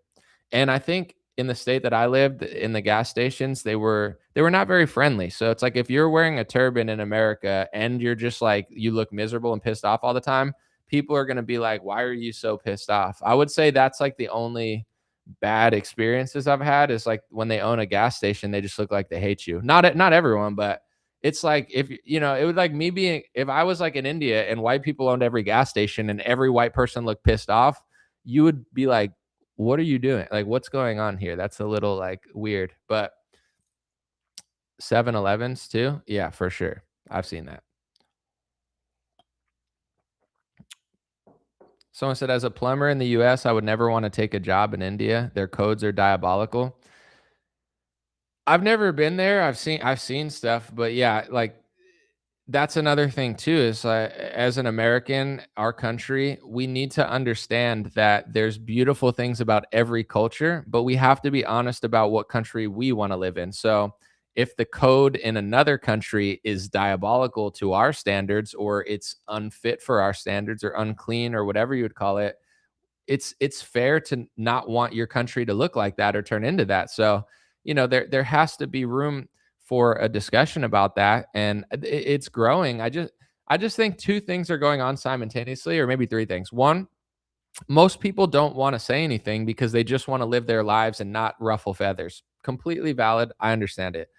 Another thing is, people are cowardly and they let the other side just dominate the discussion, and they don't know how to defend themselves or respond. And then another thing, some people are just like, the only people talking about it seem just super pissed off. So then people are like, oh, that just seems mean. So there feels like no balanced discussion about it at all. But everyone's entitled to their First Amendment of what they think. I just think honesty with thoughtfulness goes a long way versus like being pissed off at somebody, like, I'm pissed at this. I get it. I absolutely get it. And, maybe that's more righteous than not saying anything. I don't know. I don't know what the rules of this world are, but, I try to say it in the nicest way I can think of, or the most respectful way. But at the same time, being fake is not nice. Being weak is not nice. So a lot of people think being weak is nice. Being fake is nice. No, you can be nice, but be stern as well. And I think in America, Canada, Europe, people are just like super weak and super fake about it. And the fake side tends to win. But I will say, like, the internet's changed the game. Like I said it the other day too, like, look at the comment section of any social media. Everybody's saying what everyone's thinking. So I feel like the cat's out of the bag.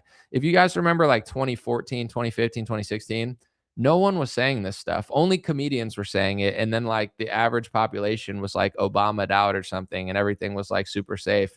Now I feel like they can't put the cat back in the bag because everyone's saying it. And everybody kind of knows, like, there's just like if you go to any other country, there's going to be real people, there's going to be like based people everywhere. So Like if you speak the truth, the real people from every country will like you. You know, like if you're honest and just raw, it's like honest Africans know exactly what you're talking about. Honest Indians know exactly what you're talking about. Honest Mexicans know what you're talking about. You know, because every issue that we have here, there's a dynamic going on in every country as well. There's no utopia in this world, and everyone's facing like a left versus right, a weak versus strong, a corrupt government, you know, migration to some extent, some sort of issues. So I don't know. Obviously, not everyone agrees with what I say, and I'm sure they don't like it, but I feel like as long as you are thoughtful about it, I don't think it's as crazy as people think it is. But also, I'm a little bit in a bubble in the sense of like I haven't had a corporate job for I mean, I got banned from Facebook for 90 days, so I do have to like deal with consequences, I guess. But as far as working at organizations, it's easier to do what I'm doing because I basically do it this way by myself versus if you work at a big corporation. Like, are you allowed to be me at ESPN? Probably not. Are you allowed to be me and say what I'm saying, even if it's nice at any company, anywhere? You know, like that's the problem. So I'm just being realistic about it. Like, I guess I followed my passion and I landed here, but it's not a functional for everyone shouldn't be a podcaster. People need to do every job and people should be allowed to say what they think. But when mega corporations are controlling a large portion of the economy and they have these rules where you can't say certain stuff, I feel like that's suppressing a lot of people because they want to keep their money and not lose their job and stuff like that. And nobody wants to be made nobody wants to be like made an example of where now you're, you know, like the person that the whole world's looking at and everyone's calling racist or something. I mean, then you have like the force of millions of people mad at you and you like cross over to another niche audience where they hate you. So I get why people don't say anything or, you know, makes sense. Someone said, just got my med gas certification, so I'll be building a lot of new hospitals. Don't even have to deal with sewage. All right. Well, I hope you do a good job because the world needs you to do a good job.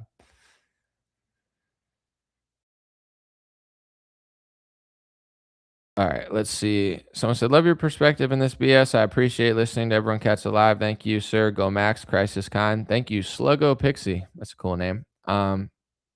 Yeah, apparently Charlie said go Max to Tucker too. So the whole Andrew thing of like, oh, he totally changed. And it's like, bro, there's something, it bothers me, but like, I guess I'll say this. The people that are complaining about Candace the most are doing exactly what she's doing, except in an even weirder way. Like if you're gonna say, Candace, you shouldn't be doing this, you shouldn't be saying this, you shouldn't be putting words in Charlie's mouth or something. I'm not even like, okay, but then don't do that at all. Then just point the finger at her and say, don't do that, but then you're not going to do it. But it's like they're telling her, don't try to make Charlie into what you are. But then they're doing the exact same thing and trying to be like, Charlie was this, Charlie was that, Charlie. How do you know Charlie was your best friend? You might have just been an employee that he had to do business with. And like I said, Charlie was so intertwined with his business.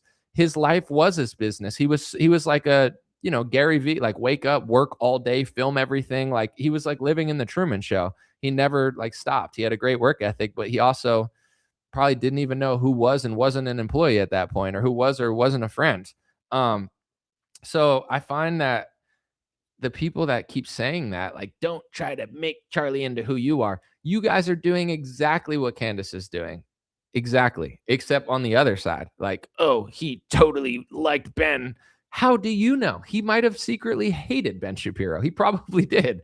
Who doesn't dislike Ben Shapiro? He sucks. Charlie probably didn't like Ben Shapiro. I don't know, but he did. You didn't. It's like you're doing the same thing, except on the other side and making even more mistakes than Candace in like goofier ways. It's like fascinating watching it all play out.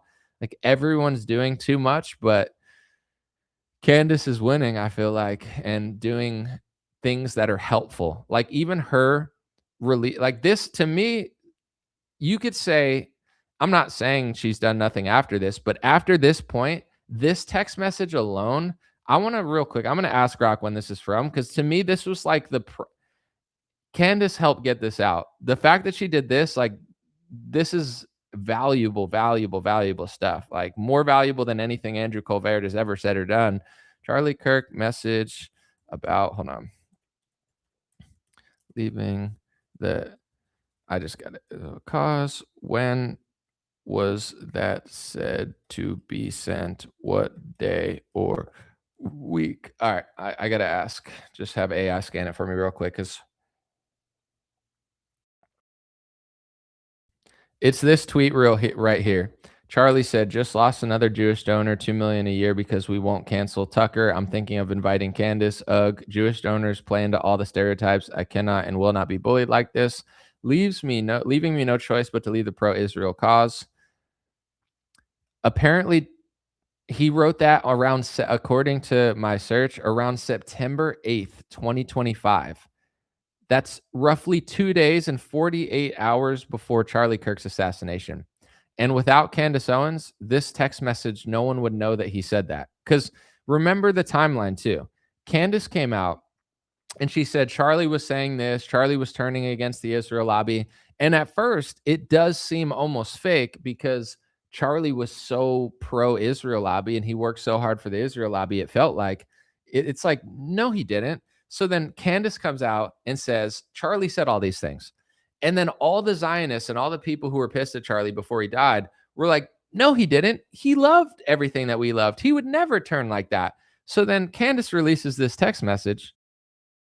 And then Andrew Kolvet comes out and he says, oh, yeah, no, that is true. I was on that group chat. We didn't want that. Or like, I guess Andrew said he sent that to like the police or the FBI or something. So, just so they can investigate it. But then, Joe Kent couldn't investigate it and he wasn't allowed to investigate stuff. So, there's a lot of weird stuff going on here. But that happened 48 hours before Charlie died. Like that alone, Candace could do nothing after that, and she still has done the most to get the most, out like that of pertinent information. Because even outside of the Tyler situation, if you have dozens of Zionist influencers come out and say he never said these things, and then some of them are on the group chat.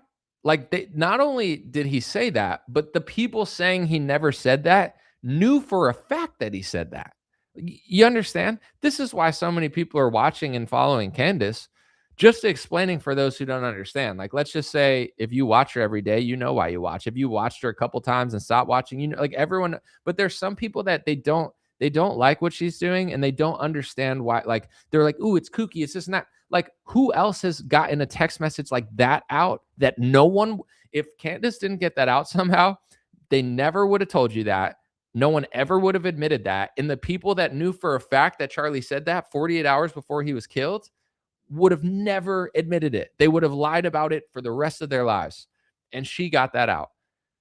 So that's what I told people the whole time. Like, I have my own opinions about how I like to do news analysis and I like to do journalism, but I'm trying to understand that, I'm not everyone and everyone's not me, and that's okay. So, it's not about what I would do. I'm doing what I would do, and I will say what I wouldn't do. But that alone is more valuable than anything anyone else has ever done. And the fact that Andrew Kolvet's like, oh, you're just on a jihad again. Okay, would you have told the world that Charlie just said that? Would you have released that text message to show that? I know he sent it to law enforcement, but would you have admitted that he was saying that? Or would you? And maybe Andrew would have said it, but he knows that a lot of people would have said it wasn't true. And then would he have taken a stand? We don't know, but we don't have to know now because, that's now public. And he said that that alone is crazy.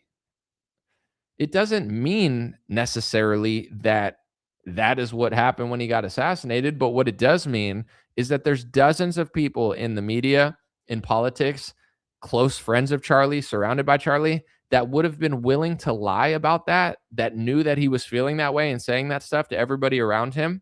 They would have lied to you about that forever if Candace wouldn't have done that. So, that she's the one doing it. She's the one putting this stuff out. No one else is.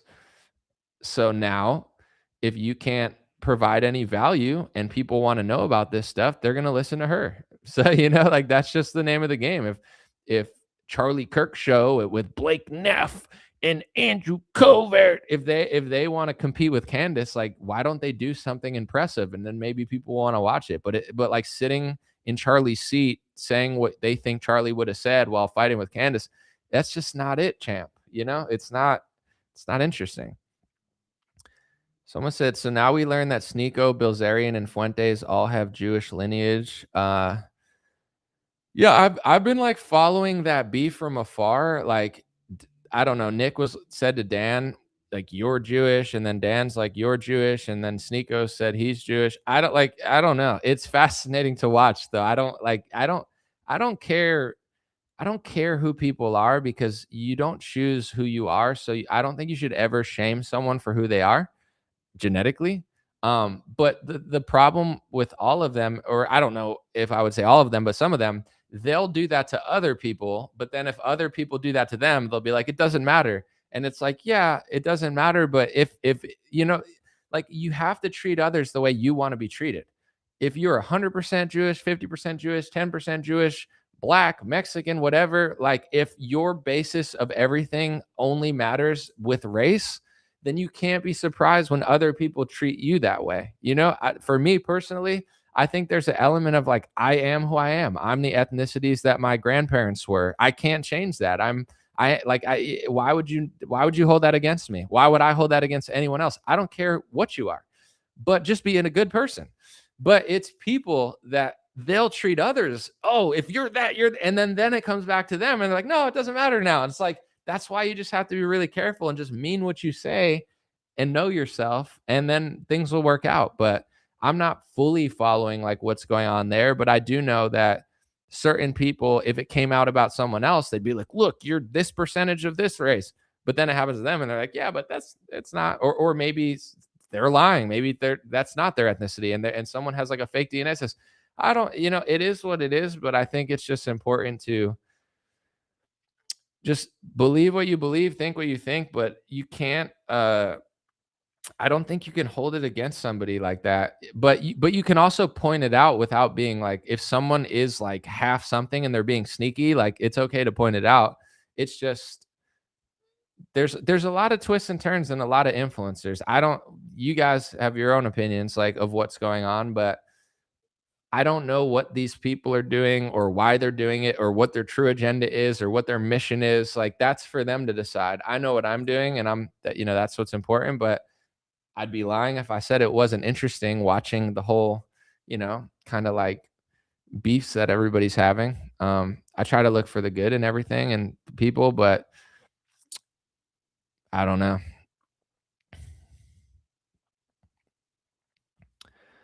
No, I understand what you guys are saying in the comments too. Like if you're being subversive and you're like, subverting people in any way, whether it's fake opposition on any side, and you don't disclose your heritage, and then it comes out, like I'll give you an example with Mali. Mali was always like a super Zionist, and that was well known. He loved Israel, right? But he was always like an atheist, and he didn't really tell people he was Jewish, right? Okay, doesn't matter what you are, but he's the Argentinian guy. He wins for office. He's like crying at the Rebbe's grave. And I'm like, why is he like bawling, crying? Like he says he's an atheist. Like, why does like Judaism matter so much to him as a religion if it's not his religion and he's not ethnically Jewish? Like why is like, he's like bawling like there's like a demon inside of him or like a spirit inside of him calling him to like the Lord. I don't know. And then like after he wins election, Mali comes out and he's like, yeah, I'm Jewish. It's like, that's kind of weird. You know what I'm saying? Like, I don't care if you are, but you can't like say you're not or pretend that you're not. And then like, once you win, you're like, yeah, no, I am. It's just kind of crazy. Like, and then like, I don't know. I think it's just the transparency of it. If someone's like this leader of the right wing and, they're all about white America, and then they're doing like weird stuff. And then like 3 years later, they're like, no, I'm 20% Jewish. It's kind of like, everyone's like, okay, that's kind of weird. Or if you're like, yo, like if you're like really hard line against Black, but then it comes out you're like 40% Black or 20% Black. it is what it is. It's just kind of like funny. Like you're making your whole identity this, but then you don't even like live up to your own standards to some extent, or you're just like lying to people or not discussing. Like if Trump, let's just say Trump, I'm not saying he is, but like let's just say Trump was Jewish and he's like, I converted to Judaism 30 years ago. Okay, whatever, but if he never told people that and he's like, I'm a Christian, and then he wins and does it, isn't that kind of weird? People were always going after Obama for that because Obama was saying he was a Christian, and a lot of people thought he was a Muslim, maybe because his name was Barack Obama. And to be clear, at that time in America, you almost had to be a Christian to win presidency. I don't know about anymore, but pretty much for all of our lifetime, you had to be Christian or Catholic to some extent, some denomination, in order to win elections. So people were scrutinizing Obama. Is this guy really a Christian or is he a Muslim? And it's, like people want to know. People want to know your real intentions. Like it's weird if you pivot like 5 years later and don't tell people. So I think there's an element of you got to be able to balance, like you can't hold someone's ethnicity against them or genetics, but if they lie about it for years and then come out and like do a U-turn and then say it, then it's like, what the hell? And also, yeah, people are mentioning the Jake Lang guy. It's what he does is not really for me. So it's like he says he's Christian or Catholic religiously, but like years ago he was like at the wall or something possibly, and people notice, and he's like, I'm not Jewish anymore, but I think he's maybe ethnically, but not religiously now. But he's like the leader of this movement, doing all these really extreme things in public. It's for me, it's not for me, and I understand why people scrutinize that and be like, this is very subversive and weird and over the top and just, but I don't, like only he knows what he's doing or why he's doing it. And but for me, it's definitely not for me, the way he's doing it, the style, it's not my style, but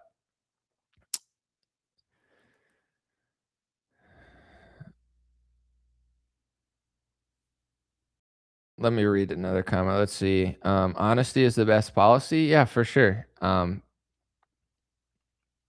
just like I said, if you can make statement on race and religion, just be honest about it and be fair about it and treat others the way you want to be treated. Because if you point a finger aggressively at somebody, like aggressively for years, but then you're doing literally the same thing, it's always going to come out and it's always going to come against you.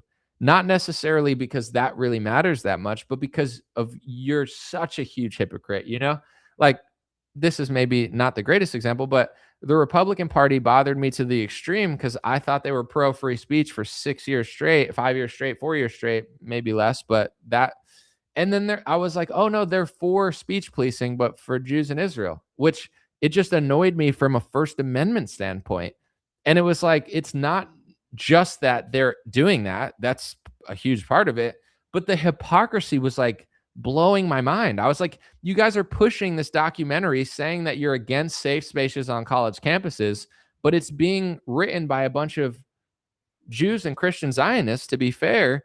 And they're also pro safe spaces on college campus for the Israel topic. And they're pro anti-boycott laws and speech laws. The hypocrisy of it bothered me. I was like, every single thing that you said, like you're pushing in a documentary to boomers now, you're for your race and your ethnicity and your religion and your whatever Christian Zionists think they're doing. I don't know what they think they're doing, bringing Jesus back by working with the people who hate him. I don't know. Like, okay. The hypocrisy really bothers people. Nobody's perfect. Nobody's gonna make zero mistakes, but you can't like viciously, aggressively point out. It would be like if I was pointing out that people were like taking money from the Israel lobby all the time, and then you found out I got like $10 million from Miriam Adelson. It's, I mean, that's bad enough anyway, but on top of it, it's not just that I took money, it's that I literally lied about it and then I sold out and did the exact same thing. Like, wouldn't that piss off like everyone that liked me? Like, dude, that's the craziest career switch up I've ever seen. Like that, people are doing that on the daily and you're like, what is really going on here? There's a lot of games, and I wonder how much of it is organic and just people being narcissist and how much of it is like orchestrated. Because, I don't like to say things that I can't prove because I don't need to in order to make my point. But you're talking about the media is a multi-billion-dollar industry at this point, probably like $1 trillion industry if you consider everything that media means. Politics is a multi-trillion-dollar industry. Trillions of dollars are being spent every year. So there's trillions of dollars that goes into politics. Trillions, not billions, trillions. More than anybody has in America. All of the rich people combined. That's how much money our government has access to essentially over the next 10 or 20 years. So you would be naive to think that they just want to let people tell the truth about this stuff and cost them $1 trillion or cost them $10 billion or cost them $50 billion. No way. So I don't know exactly what they're doing. And I'm not like a super paranoid person because I try to just say what I think and be a nice guy as much as I can and live my life. But you understand what I'm saying? Like there's probably a lot of people playing a lot of games in a lot of different ways in the media, in politics. There has to be. How could there not be? From all sorts of angles, from government angles, from foreign government angles, from NGO angles, from intelligence agency angles, from corporate angles. Like, there's so much money being made everywhere in politics, media, pharmaceuticals, all that stuff. So the question is like, how many people are just sociopaths, narcissistic, egotistical, dumb, fake, stupid, evil, and how much of it is like a game, Like there's people that I wonder myself, like, is it the money? Do they just have a job? When I saw Graham Allen make a video and he was like, yeah, I worked for the Pentagon. It was like, I didn't know that until I saw that video that the Pentagon hired him or gave him a contract or something like that. And it's like, well, that makes sense. I don't know if he's overstating it to seem cooler than he is. Maybe they just like, let's just say I don't know what they did with Graham, but he claimed he worked with the Pentagon at some point in some capacity. Let's just say I was the Pentagon or I was like an intelligence community. I would love people like Graham Allen and David Harris Jr. And I'm not saying David worked with them because I'm just saying with Graham, I'm just saying I would love people like that because they're the easiest to lobby. You just have to invite them to a Trump event and, give them a title or whatever, bring them here and say this to them. And then it's like you have a full-time idiot that will defend you and lick your nuts for the rest of your life. So I don't know, like maybe he did really deep work, but according to someone who's countering it, they were like, he didn't even really do that. I don't know. I have no idea. It was Graham that said he worked for the Pentagon. I don't know, but I would like people like that because they're the easiest to control. You could use their audience of hundreds of millions of views and stuff and just get them to like, just push Pentagon propaganda just by being like, you like Trump gets donor money. Trump does this war. Now you like the war. There's a clip that I'm going to share and it's becoming more and more obvious. I got to upload it real quick. Trump was asked about, I guess Laura Loomer this is crazy. Laura went to Ukraine to interview Zelensky and some lady asked him about it and basically said, so have you noticed a lot of MAGA is now more pro-Ukraine war? Like they used to be against the Ukraine war. Now they're for the Ukraine war. Trump said, I'm going to play the clip so you can hear it. Yeah, I'm not surprised. MAGA does what I want. I am MAGA. If I do it, they do it. It's that easy. So if I'm against the Ukraine war, they're against the Ukraine war. If I switch and now I'm for the Ukraine war, they're for the Ukraine war. He thinks he has 100% approval rating. So in Trump's heads, the only people that follow him now are lemmings. They have no thoughts of their own. They could go from anti to pro in 5 seconds if he does. Listen to this clip. Like it's crazy to me that everyone doesn't understand what's going on at this point, but let's play the clip. And then earlier today, you reposted Laura Loomer's interview with President Zelensky. What do you make of growing MAGA support for the war in war in Ukraine, sorry? Well, I think they support what I support. We just had a complete win in Arizona. The young gentleman who's Harry Enton, I believe his name is, the pollster, said Trump's 100% favorable. He gets everybody endorses wins, which is pretty much true. Everyone I endorse, just about. wins. So there seems to be a natural bond between me and MAGA, but I'm the one that created MAGA, and I know what MAGA wants better than anybody else. You know, MAGA knows what MAGA wants, and MAGA is very happy. They want to see this done, and they're not going to be happy if it's not done. Make America great again. It's all about make America. You know, we started that a long time ago.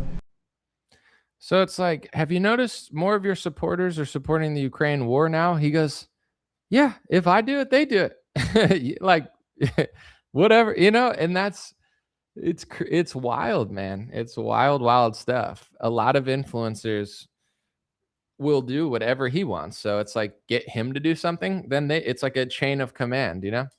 Interesting. Someone said, MAGA has become totally pathetic, co-opted trash, or maybe it was always a Trojan horse, but the mask is completely off now. I was going to do a video about this and like, you know, go on like a little like rant about it, maybe on Instagram Reel. But what I was like, my message to MAGA, you know, to anyone still calling themselves MAGA and that actually like believes in Donald Trump, let's just be honest, whether it was always supposed to be this or that, like, let's be honest about the millions of real people that believe in it for valid reasons. What did it mean to anyone in 2016, 2015, 2017, 2018, 2019, 2020, 2021, 2022, 2023? Like, be honest with yourself. MAGA was supposed to be, and the people who liked it, an anti-establishment, anti-war, anti-military industrial complex, anti-deep state, anti-neocon, anti-uniparty movement that was supposed to get our government back, make it more conservative. You know, it was a movement of basically like political revolution, for lack of a better term, where Trump was going to save America by not being status quo. No one ever thought, I'm MAGA because Trump is status quo. He's Mitt Romney and John McCain. He's Hillary Clinton. He's Obama. That's why I like Trump, because he's status quo. Not a single Trump supporter or MAGA supporter ever wanted status quo. People didn't want status quo. Now, MAGA is status quo at best, one of the worst, fakest, most controlled opposition, corrupt things I've ever seen at worst. At best, it's status quo. Pro Lindsey Graham, pro Ukraine war, printing trillions of dollars, doing socialism for vaccine industry, doing socialism for computer companies and forcing them to do deals with the government and merge with the government. There's been absolutely no change whatsoever in anything. He hires bad Supreme Court justices who vote against him. Like, no one can even name right now. If I said, what did he do? He closed the border. No one can name anything else. He got the algae out of the reflecting pool. Even MAGA can't, like, MAGA was so ambitious in 2015 to 2023. If you ask MAGA, what do you want? They would name like 40 things they thought Trump was going to do because it was a super ambitious anti-status quo movement. Now, the average MAGA slop eater that is still left, because every smart person left, is like, this is what I want. What is this, though? Like, this is never what you wanted a year ago. I know that because your tweets are still alive. Like, what is MAGA? MAGA is just, now it's Trump. So Trump says it's an 100% approval rating. Obviously, it's not true, but anyone who still considers himself pro-Trump, absolutely, he's actually right, will do whatever he wants to do, because anyone that's not a complete lemming or a low IQ brainwashed moron, it would not consider themselves a Trump supporter anymore, because everything they wanted out of him isn't coming true. He did almost the exact opposite on every single front, except for maybe closing the border. Everything else is inverted. He said he wouldn't start the Iran war. He started the Iran war. He said he would stop the Ukraine war. He didn't stop the Ukraine war. Now they're saying, did you notice your supporters are pro-Ukraine war? And Trump says, yeah, they do what I do. So like whatever I do, they do. That's what they're doing. And now these people are going to sit there and act like this is what I always wanted. It's like, it literally isn't. Everything you said about the Ukraine war is still live from a year or two ago. What did you learn? What did you learn now that is so important for it that now you have to do it? Like, there's literally nothing. He's not doing anything. He didn't drain the swamp. All of the cute, like the biggest Trump nut riders were the Q people who thought he was going to literally arrest all the pedophiles, arrest all the deep state, arrest everybody with the military, and there were going to be tribunals. None of that happened. None of that's going, like, it's literally all fake. They did the Epstein stuff, And the Republican Congress actually wanted to bring in Bill Clinton to ask him questions. And Trump defended Bill Clinton. He said, I like Bill Clinton. We have a lot in common. Leave him alone. Like everything that everyone wanted out of Trump, his deepest fans, the Q-tards, all of these people, Trump is the exact opposite. He is the swamp protector. He is the lobbyist donor vacuum. He's broken records of lobby money. He took over $100 million from 3 different billionaires: Timothy Mellon, Miriam Adelson, Elon Musk. No one's ever taken that much $100 million plus donations from multiple donors like that. Trump is a donor vacuum. He's raised more money at the inauguration than any president ever has. That's where corporations who didn't like him before just pay him off, so then he does whatever they want. He's doing executive orders for glyphosate so you can't sue them, and that they ramp up their production, which is the exact opposite. RFK basically got famous as an activist by suing glyphosate companies, and I think he won at one point. So it's like Trump, there's literally nothing good about anything he's doing. Like nothing. Close the borders, good. That's really it. Everything. He's like I think him and Biden are 2 of the worst presidents in history, maybe the 2 worst presidents in history. Between Biden's COVID mandates and lockdowns and basically waging war on the unvaccinated population and all the money printing he did, and what Trump did in 2020 with Operation Warp Speed, lockdowns, the CARES Act, combined with this term, Trump and Biden are the 2 worst presidents ever. But people in MAGA are like, no. Trump is the best president of all time and Biden's the worst president of all time. Trump is just as bad as Biden. One of them is the worst president. One of them is the second worst. Like Trump has printed and ran up the deficit more than any president in history. He's responsible for more debt than anyone ever. He said he was going to run on Doge. He didn't do anything. It was completely fake. He lied. And then Elon Musk left the government saying he's in the Epstein files because he was annoyed. And then Trump and his handlers probably told Elon to shut up and just get in line so he can do his SpaceX and get his government money and be rich. So, it's like you have to be literally an imbecile or completely brainwashed to still call yourself MAGA. What, like, you wanted MAGA to be status quo at best? No one wanted that. It's all cope. If I could get Trump to do the exact opposite of what he's doing in 10 different ways, and then take all those people that are saying they want this now, and it was Trump that was doing all the things that I want and they wanted, they would have the exact opposite stance they would do. They would be like, yeah, no, I want this to happen. I want that to happen. But now, because it's not happening, they're like, it's a small price. Like when Biden's in office, it's like, oh, the oil prices are going up because of the war in Ukraine. And, I don't want to pay oil. That's not America first. Facts. I don't want, this is not only are we paying more, but the spin that the Biden administration did was you're paying more so we can beat up Russia. Let's get poor for Putin. I remember I made a video making fun of Biden, and it was like a game show. I was like, hey guys, let's get poor for Putin. If we get poor, we could beat up Putin. It's 3 years later. That's what the Democrats said. War in Ukraine is good. Suffer completely because it's in your interest. And I said, not only are we all suffering, but it's not in our interest. It's like literally like someone being like, can I take $10,000 from you and then punch you in the gut? And I'm like, aren't you supposed to like give me a car if I give you $10,000? Like there's an exchange. Oh yeah, I'm giving you a car. And then they just punch you in the stomach and walk away. You told me you were giving me a car, but then you just punched me in the gut. So I got nothing out of it. You stole my money and I lose. That's the war in Ukraine and Russia. Trump gets in and he says, I'm going to lower prices. I'm going to stop the war. I'm going to bring the gas down. He starts the war he said he wasn't going to start, which is probably even more catastrophic than the Russia war that we're stuck in. And then the gas prices go up. And then the same people that were on the left that were like, oh, I don't like high gas prices, but it's okay because we got to beat up Ukraine.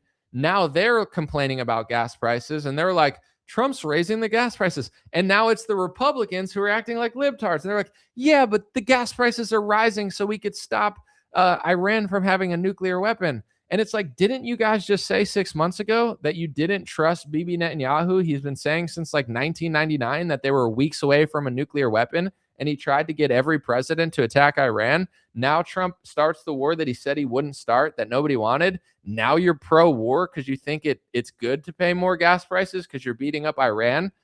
It's the same as the left saying they're beating up Russia, and that's why we have to pay more. It's like, It's pathetic. Republicans are just as pathetic as liberals. And if you notice, the most pathetic Republicans that are the stupidest are the ones that talk about liberals all day. And the stupidest liberals that are the dumbest, fakest person you've ever met in your life, they're talking about Republicans all day. And it's the same stupid archetype with a blue hat and a red hat just yelling at each other. And they're both stupid and they're both fake.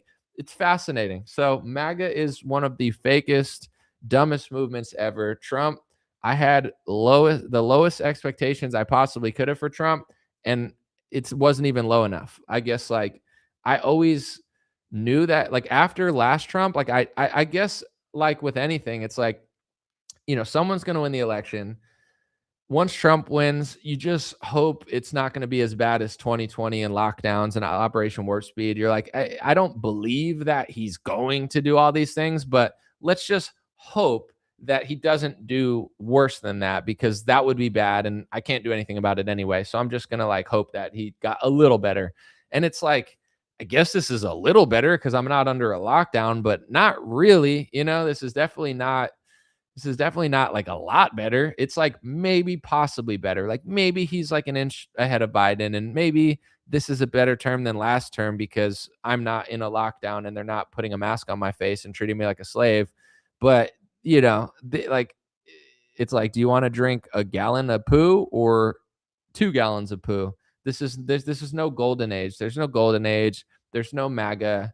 There's no anything. This is like one of the worst, dumbest, fakest movements in modern history, and everyone in it still is convincing themselves that they really, really wanted status quo and war and gas prices. It's like humiliating. Let's see. Someone said, I'm afraid it's going to get really hairy right before his term is over.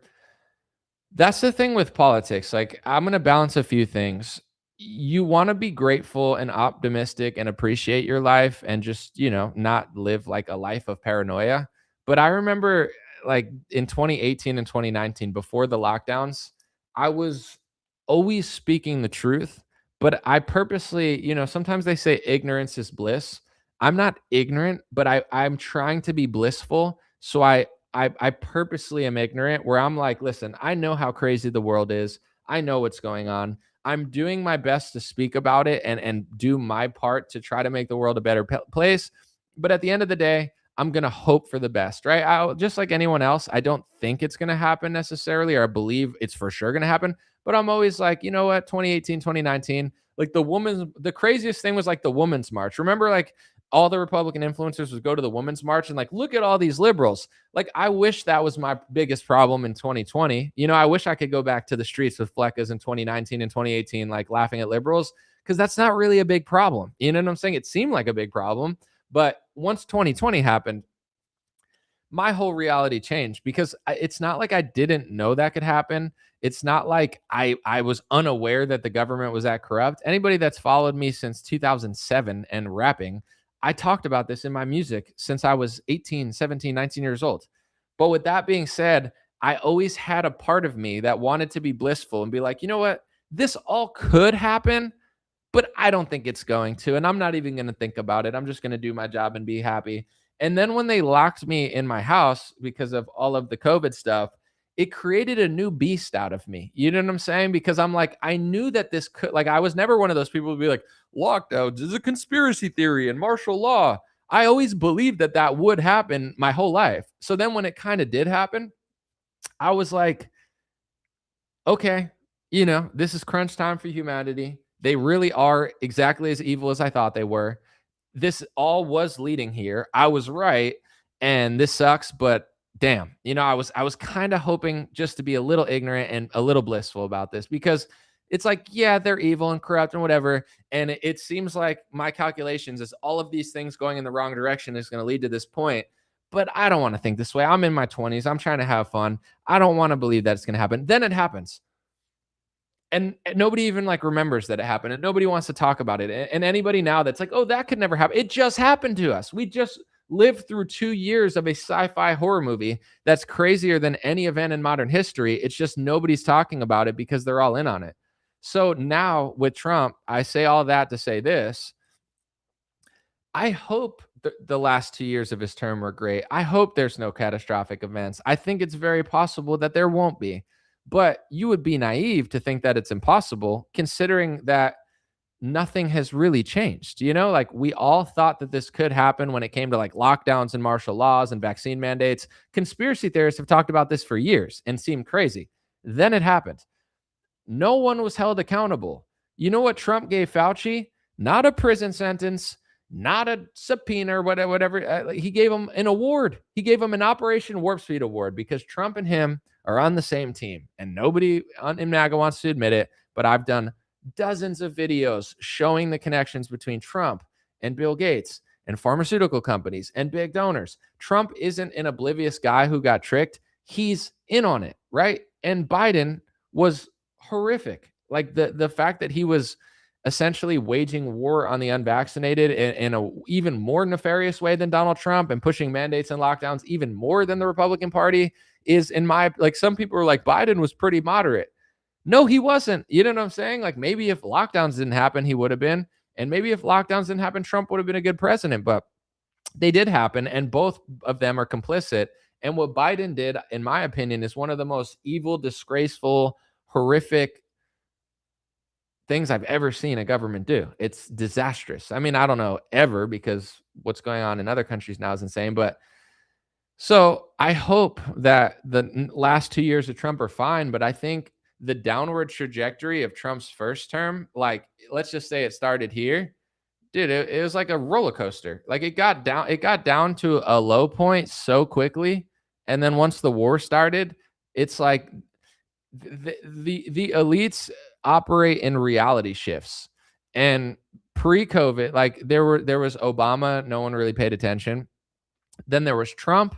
Trump was reality. 2016 to 2019, the reality shift is Donald Trump. He's the villain, he's the enemy, he's the hero. It's all about him. Talk about Trump for 3 years. Then the reality shift became COVID lockdowns. Then the reality shift became forced masking, forced testing, and forced lockdowns. And we lived in a sci-fi movie that doesn't even exist anymore for 2 or 3 years. And then the narrative shifted towards the war in Ukraine. And now it's in the war in Iran. So what's the next reality shift going to be? We're in the timeline that everybody voted for Trump. And I'm not saying that you should have thought that it was going to happen, but most Trump voters would prefer if he never went to war and he ended the war in Ukraine. I would easily say over half, or at least 70% of Trump voters, they don't support the war in Ukraine. That was known as a liberal thing. When Trump was out of office, the Democrats support it, not the Republicans. They do too, though. Like all the biggest neocons, the Zionist neocon war in Iran is the war in Ukraine. So any tough talk Trump does would have to mean he would be independent to do what he wanted to do, but he's not. So it's like, it's not like Russia, that's totally different from Israel and Iran and Palestine. Like, that's just Trump will end the Ukraine war, but he'll fight Iran. You don't understand how these things operate. It's all connected. Everything, Syria, these countries, it's one big plan. It's one big New World Order plan that they've had for 20, 30 years. And that he can't afford to stop that war. He's not allowed to stop that war.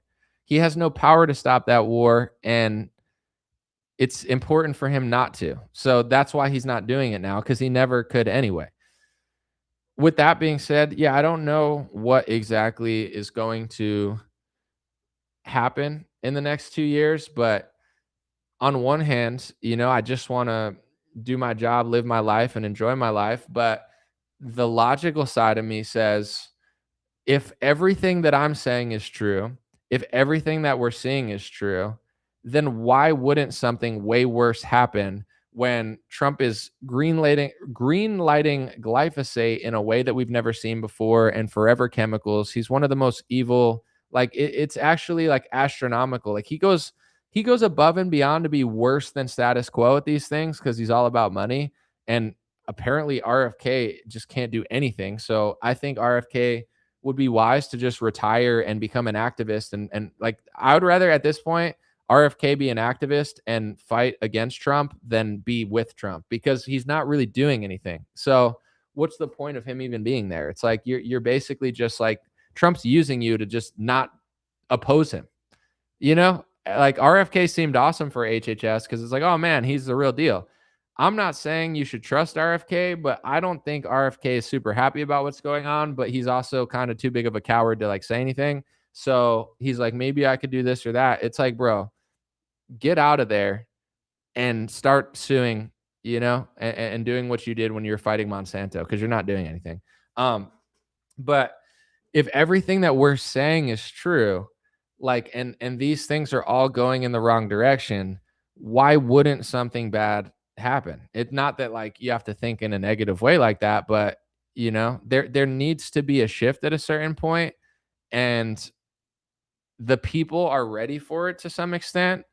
It's just there is no party to facilitate it. And this is where, and I've said this before, I'm pretty bad at predicting some things in politics. Like when it comes to like people winning, I feel like sometimes I've been accurate, sometimes I haven't, because I don't know. It's like, is Trump going to win? Is that going to win? I thought Trump was going to win this last time, but in 2020, I wasn't really sure. But I think trend wise, this is what I feel more confident predicting than like anything. The right is going to embolden the further left. Like whether they mean to or not, they're doing it because Trump sucks. The left is getting swallowed up by the further left people because people are tired of the Israel stuff. So they're just going to vote for some random like shitlib communist and that says they're going to fight the Israel lobby. And the Republican Party is going to gatekeep the Israel lobby and keep taking their money. So I think the far left is going to have huge wins this November. Republicans are going to lose a lot. And maybe the answer is not in politics, and then we're just going to have to pick up the pieces. I don't really know. But if you think there is a political solution, if you think there's not, then who cares? Just tune out or do your thing and do whatever you think you can do for yourself, and be a libertarian. But if you think there is a political solution to some extent, or something needs to change, it's like 4 years. Like Republicans have like 2 to 3 to 4 years to actually change, and if they don't, then the far left is going to take everything. But they don't want it, so it's like that seems like it's going to happen. Which is crazy because the country is more ready for a real right-wing leader than they ever have been. But the Republican Party won't budge because they're fake opposition. So if the Republican Party chooses to completely destroy themselves to allow the Democrats to just like run rampant through America, then eventually I think like a real leader will rise in some form, because it's just the only outcome that would make sense. I don't know. I don't know like what Republicans are really thinking, but I think the Trump like mindset is basically like a going out of business sale. Trump and all his friends and his family, they're looking at America like a sinking ship, and they're all just financially like rampaging through it. Any way you can make money, crypto, drones, mining deals, foreign country deals, this money, that money, Trump and everybody around him, they're just making a fortune. Tucker put out an interesting theory of like, now some smart traders, they're not smart in the sense of like, I know what's going to happen in 5 days. They're using artificial intelligence and quick things to trade and buy and trade in ways you don't even understand in order to just make money. So every time Trump talks about oil, if you know that Trump is going to, and they say they're cracking down on this and who knows, but if Trump is about to say that something's happening, the strait's open, the strait's closed, like he said it a million times. And a lot of people, even in my comment section, have been like market manipulation. And it's like, whether he means to or not at this point, what else could it possibly be? Because he said, I'm starting the war, I'm stopping the war, I'm starting the war. And every time he does, up, down, up, down, up, down, up, down. And every time it goes up and down, smart people with computers buying and selling, buying and selling, buying and selling, buying and selling. So it's like Trump saying the stock market's doing good. I own stocks. They're not doing great. I would say they're doing pretty bad. I mean, is the S&P up and this and that? More than it was 2 years ago, but it's not. I don't know where all the money's going, but I think it's going to people that are using computers and AI and doing market manipulation, and then everybody else is left holding the bag the same way it does with the Trump coin. So it's like Trump is running his country like a going out of business sale. And I mean, we've always known that politicians are sellouts. That's nothing new. But this new level of selling out, Trump was supposed to be, he's literally way more like an antichrist figure than a God figure. It's not even close, because it's like he came into office saying he wouldn't take their money to get the corruption out of politics. He took, arguably in some categories, more money than anyone has ever taken ever.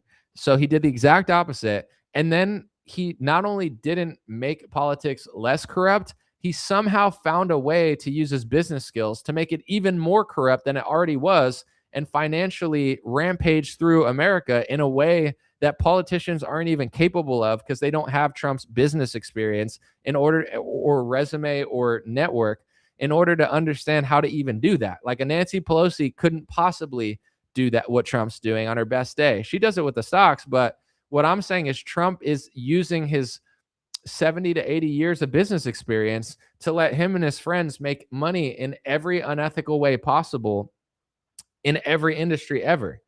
In certain states, only sports betting is legal. And through Trump's friends and Trump's people in government, they have something called a prediction market that says we're not sports gambling. We're not gambling. It's a prediction market. But you can play sports on a prediction market. You can bet on sports, bet on war, but it's not betting. And it's legal in all 50 states on a national level. And Trump, his friends, his kids, his business partners, people in government that are on Trump's side are pushing to make this legal. So if you're a state that's conservative and says, I don't want my people to gamble, that's not biblical, that's not Christian, and Trump and his friends and his cronies are coming in and say, it doesn't matter what you want for your state because this is on a federal level. So you have conservative and Christian states trying to fight the federal government to stop 24/7 gambling on any topic ever. And then Trump and all his friends are cashing out on it, saying, no, this is not gambling.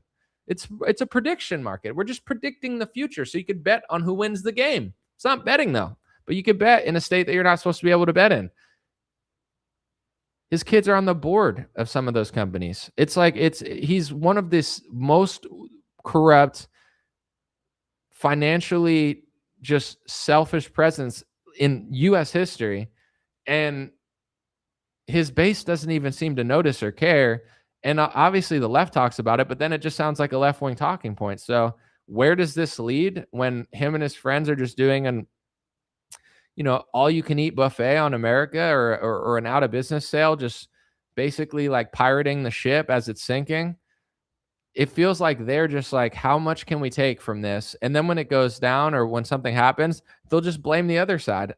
I guarantee, like even with all the vaccine stuff, if you listen to Trump and you really take your bias out of it, whether you like him or not, you could see how he operates, just like other politicians. They don't care if America suffers. They want it to look like it was the other side. So during COVID, Trump went on for years. His people are facing mass censorship. Trump supporters were facing arrests at the Capitol. Trump supporters were facing mask mandates, vaccine mandates, lockdowns, losing their job, nurses, military members. Like Trump supporters were getting completely screwed over, and in evil ways that you couldn't even write a script. A Hollywood producer would say it's too evil to even put out there. And it was happening to mostly Trump supporters at the time. And that's who didn't want it to happen. If you listen to Trump in interviews, he didn't care at all about his supporters. He said, I wish the vaccine came out under my term. They're holding the vaccine to hold it for Biden. So any logical person would say, without the PrEP Act, this would probably take years to release to the public. So you want to be careful with mRNA technology, not just roll it out as fast as possible. That's not how safety trials are supposed to work. But Trump said, I don't give a single F about you morons, you idiots. I want this out as soon as possible because I did it. It's my vaccine. And I don't want anyone to be confused that it's mine, and let it come out under Biden. That's all politics. So then it comes out under Biden's thing. He does a media tour to say, my vaccine saved 100 million lives. It's my vaccine. I saved the world. It's not a Biden vaccine. I don't care about the mandates, but if I were president, you wouldn't even need mandates because every one of my supporters would be lining up to get the Trump vaccine. This is what he did. And everyone still gave him a pass. Even libertarians, even people that are now truthers and don't like Trump. I was one of the only people reporting it. Everybody else was lying about it. Everybody else was acting like he wasn't saying it. And you could see someone's true character in crunch time. He might not have the power, but he's a private citizen again, and he's the most famous leader for conservatives in the on planet Earth. And he didn't say a single thing about any of that stuff. He didn't care at all. It was all about him, and it was all about the political leverage to make it look like it was his vaccine and his successes and not Joe Biden's. So then he screws up the economy. Biden screws up the economy. Trump said there's a huge affordability issue, gets in office. Now there's no affordability issue, even though nothing changed. So he's financially running through America, making as much money as he can with his family and friends in the most sleazy, unethical ways possible. And what he's going to do for the rest of his term is try to figure out how to hold the water in like a dam in order to make it seem like whatever crisis is coming next is the Democratic president. So I wouldn't be surprised if there wasn't a Republican strategist somewhere saying we should probably lose the next election, because if we win the next election, or, and I'm not even talking about the midterms because they have no chance in that, but we'll see. I don't think they're going to win. But in 2028, if they know that there's going to be some sort of catastrophic event because of all the problems that they caused over the last like 10, 20 years, they might just lose the election and run some candidate who they know is not going to win in order for a leftist to get in. And then all of the problems are going to go on them, so they can be like, look at this fool. And in many ways, Biden was horrible under his own actions. There's no excuses for it. But no president was going to be able to fix the damage done in 2020. No one. If Trump won again, nearly everything would have happened exactly the same. Maybe not mandates to an extreme. Who knows what he would have done about that? But financially, you can't just print and spend that much money and shut down supply chains and lock people in their house for a year, turn the faucet back on and be like, look, there's no backlash. That's backed up for 10 years. I told people in 2020, I'm not trying to panic because whatever, but like we're going to feel, my generation and anybody is going to feel the effects of what happened, even if they stopped in 2020 until 2030. Agenda 2020 till 2030. I was like, you've got it. Like people were like, no, it's not that big of a deal. I'm like, do you not understand how the world works? Like this is This is an unprecedented pause in the world. And they're not just pausing, they're pausing and pressing the print money button like they've never pressed. Like we're screwed at minimum until 2030. There's no way to fix the economy. It's not even possible. So this idea that Trump's going to come in and fix the Biden economy, it's all fake. It's all staged. It always was. He can close the border. He can start or stop a war. You know, he can tell transgenders that they can't dunk on Caitlin Clark, but that's all he can do. You know what I'm saying? And then Steven Crowder, Michael Goyles at the Daily Goy, and Matt Goysh can, push Goy slop to you guys and be like, oh, can you believe that this swimmer wants to beat Riley Gaines? It's like, yeah, we know that's crazy. But, that's peak Goy slop right-wing entertainment is like, can you believe the left? The left is can you believe the mayor of it's like, yeah, he's a socialist. He sucks. New York City sucks for them. Now can we move on to the other pressing issues that you guys have covered up for 5 years or no? So, who knows what will happen in the next election, but I think that Trump's main goal right now is to make as much money as possible and hold the dam until the Democrats get in. And then once they get in, you know what I'm saying? Release, point, and be like, look at how shitty they are. And then, Marco Rubio and JD Vance will come through or whoever. We'll see though. D said, great show, Anomaly. Thank you. I got to run in a second, but I know at least there were 3 moments at the end there that I really want to chop up and probably make clips because I feel like they can be their own videos. I don't know if people will watch them, but we'll see. Someone said, let us out from this Goy slop nightmare, saying lettuce. Got to watch what lettuce you're eating. There was some sort of outbreak.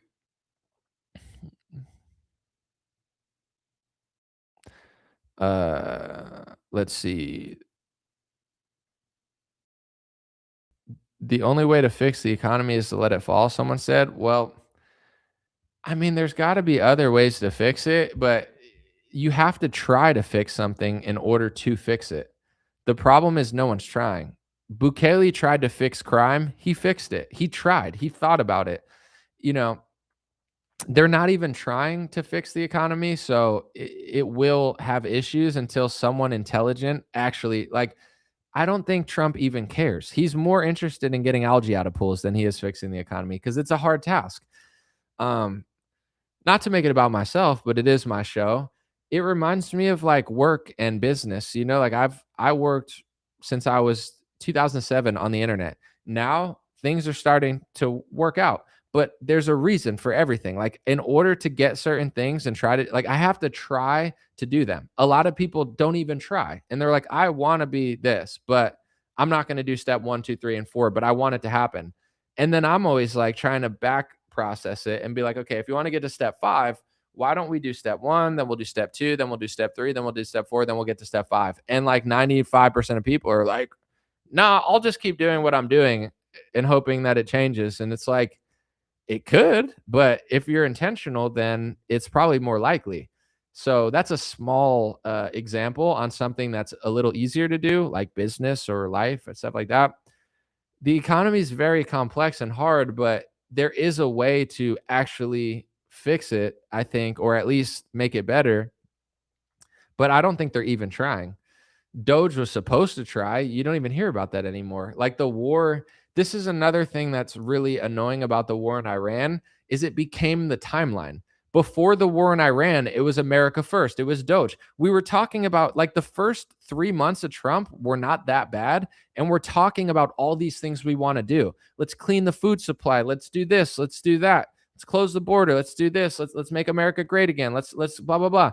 And then as soon as the Iran war became the matrix, it's like, we don't have time for you again. You know, America first is on the back burner again. MAGA's on the back burner. That's why MAGA is so pathetic to go along with this. Like, you know what you were thinking in the first 3 months, and this is none of that. Now it's like, sorry, Goy, we don't have any time to talk to you guys. Sorry, Americans. You know, we don't, what you want, it's just not important right now because we got to open the strait, then close the strait, then open the strait, then close the strait, then open the strait, then close the strait. And then we're going to bomb a few things, and they're going to bomb a few things, and then we're going to bomb a few things. And then Jared Kushner's going to fly there while he's doing business deals all over the Middle East, and Trump's going to make a bunch of money on crypto. But you stay patient. It's like, yeah, gas prices are higher. Yeah, Uber drivers are getting screwed. Americans are getting screwed. Taxes, certain stocks are getting screwed because of the oil prices are lowering their futures of what they're possibly going to make, you know, in the future. But don't worry, Trump's family's crushing because even as the economy's in shambles, they figured out a way to capitalize on all of it because they know exactly which companies are going to get government contracts and money. So don't worry, dummies. You know, like it's at this point, I would say that being a Trump supporter that actually believes in Trump and actually thinks like he's doing a good job at this point is as embarrassing and humiliating as being a Biden supporter during mask mandates and lockdowns, as he's like metaphorically waging war on the country of unvaccinated and telling you that you're going to die at Christmas. You sitting there being like, I think this guy's a good leader. Like, that's embarrassing. That's how bad Trump is. He's as bad as Biden. It's just in different context, you know, and a different time. But pretty wild stuff. All right, let me just check something real quick. Let me see. Sweet. All right.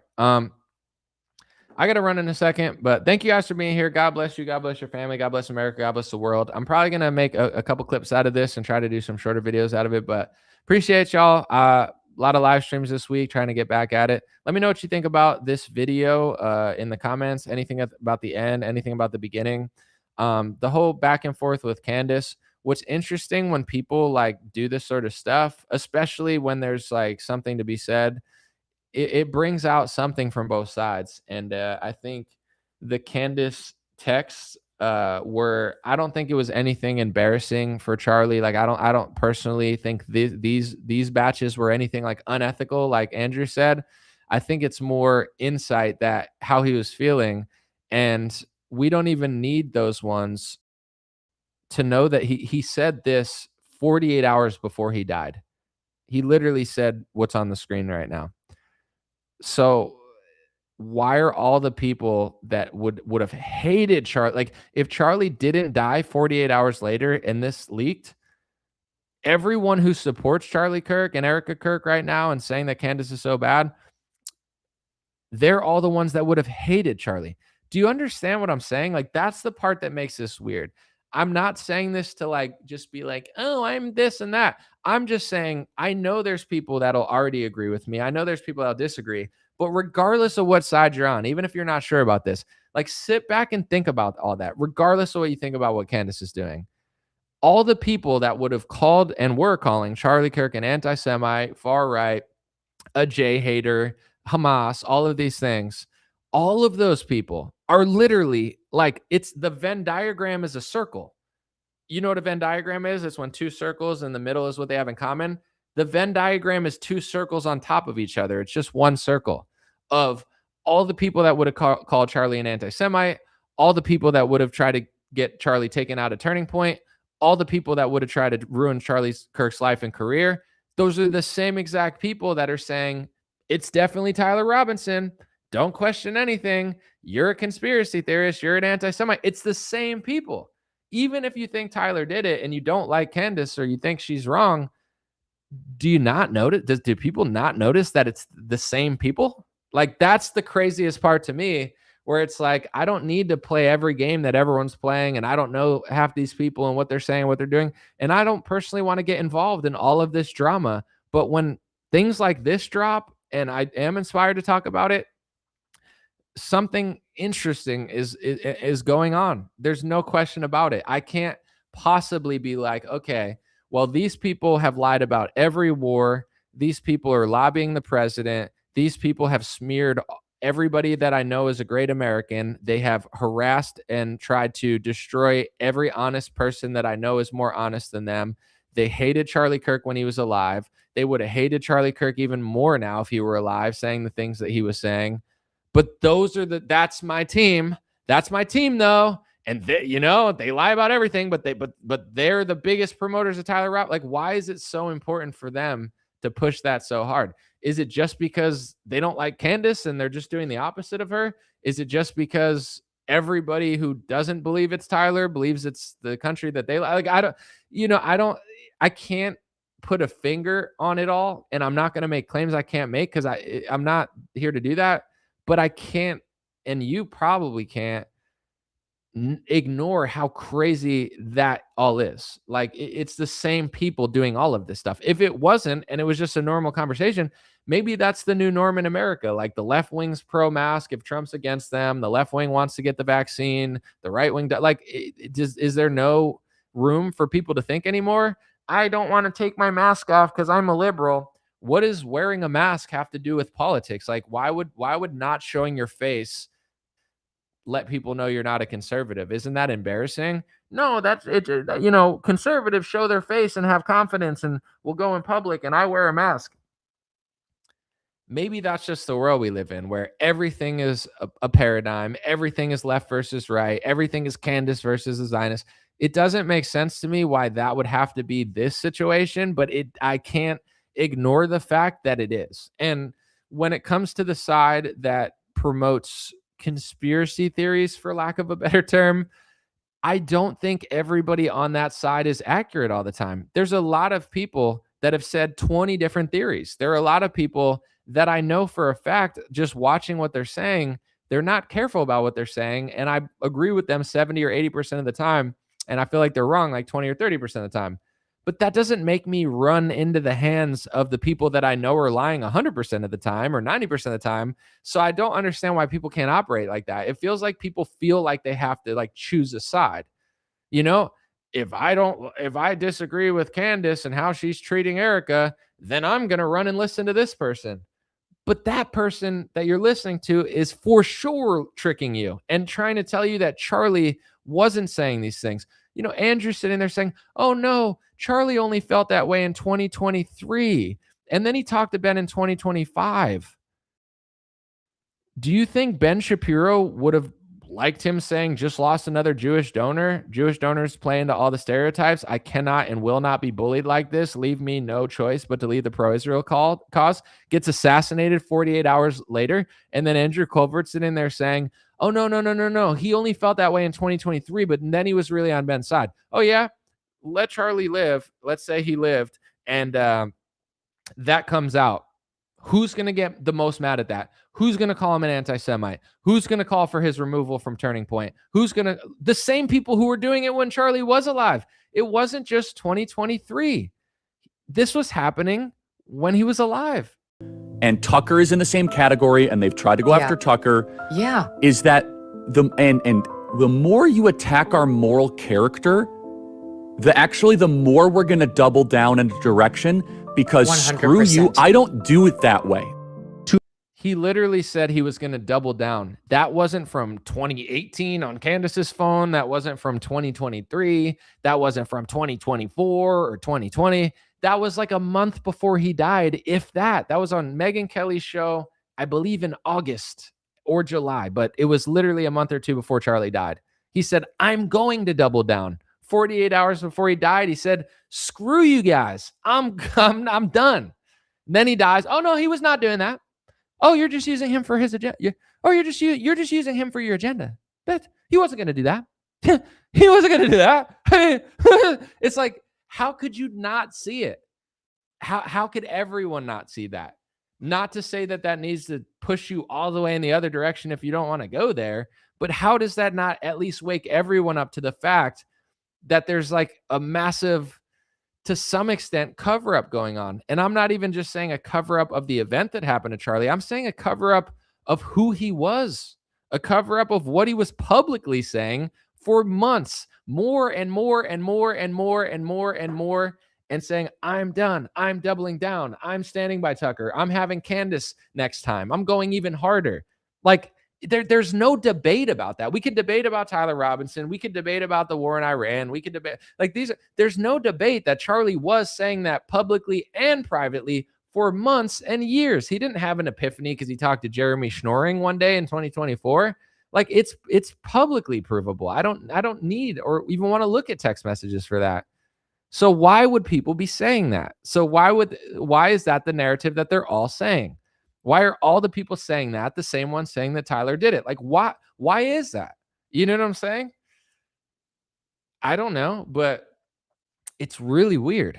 Appreciate you guys. God bless you. God bless your family. I'm out. I'll be here sometime again to do what I do. And yeah, I've enjoyed myself. I'll put this on podcast later. Got to watch it here. If you want a friend to watch it, tell them it's on YouTube. Appreciate y'all. Subscribe.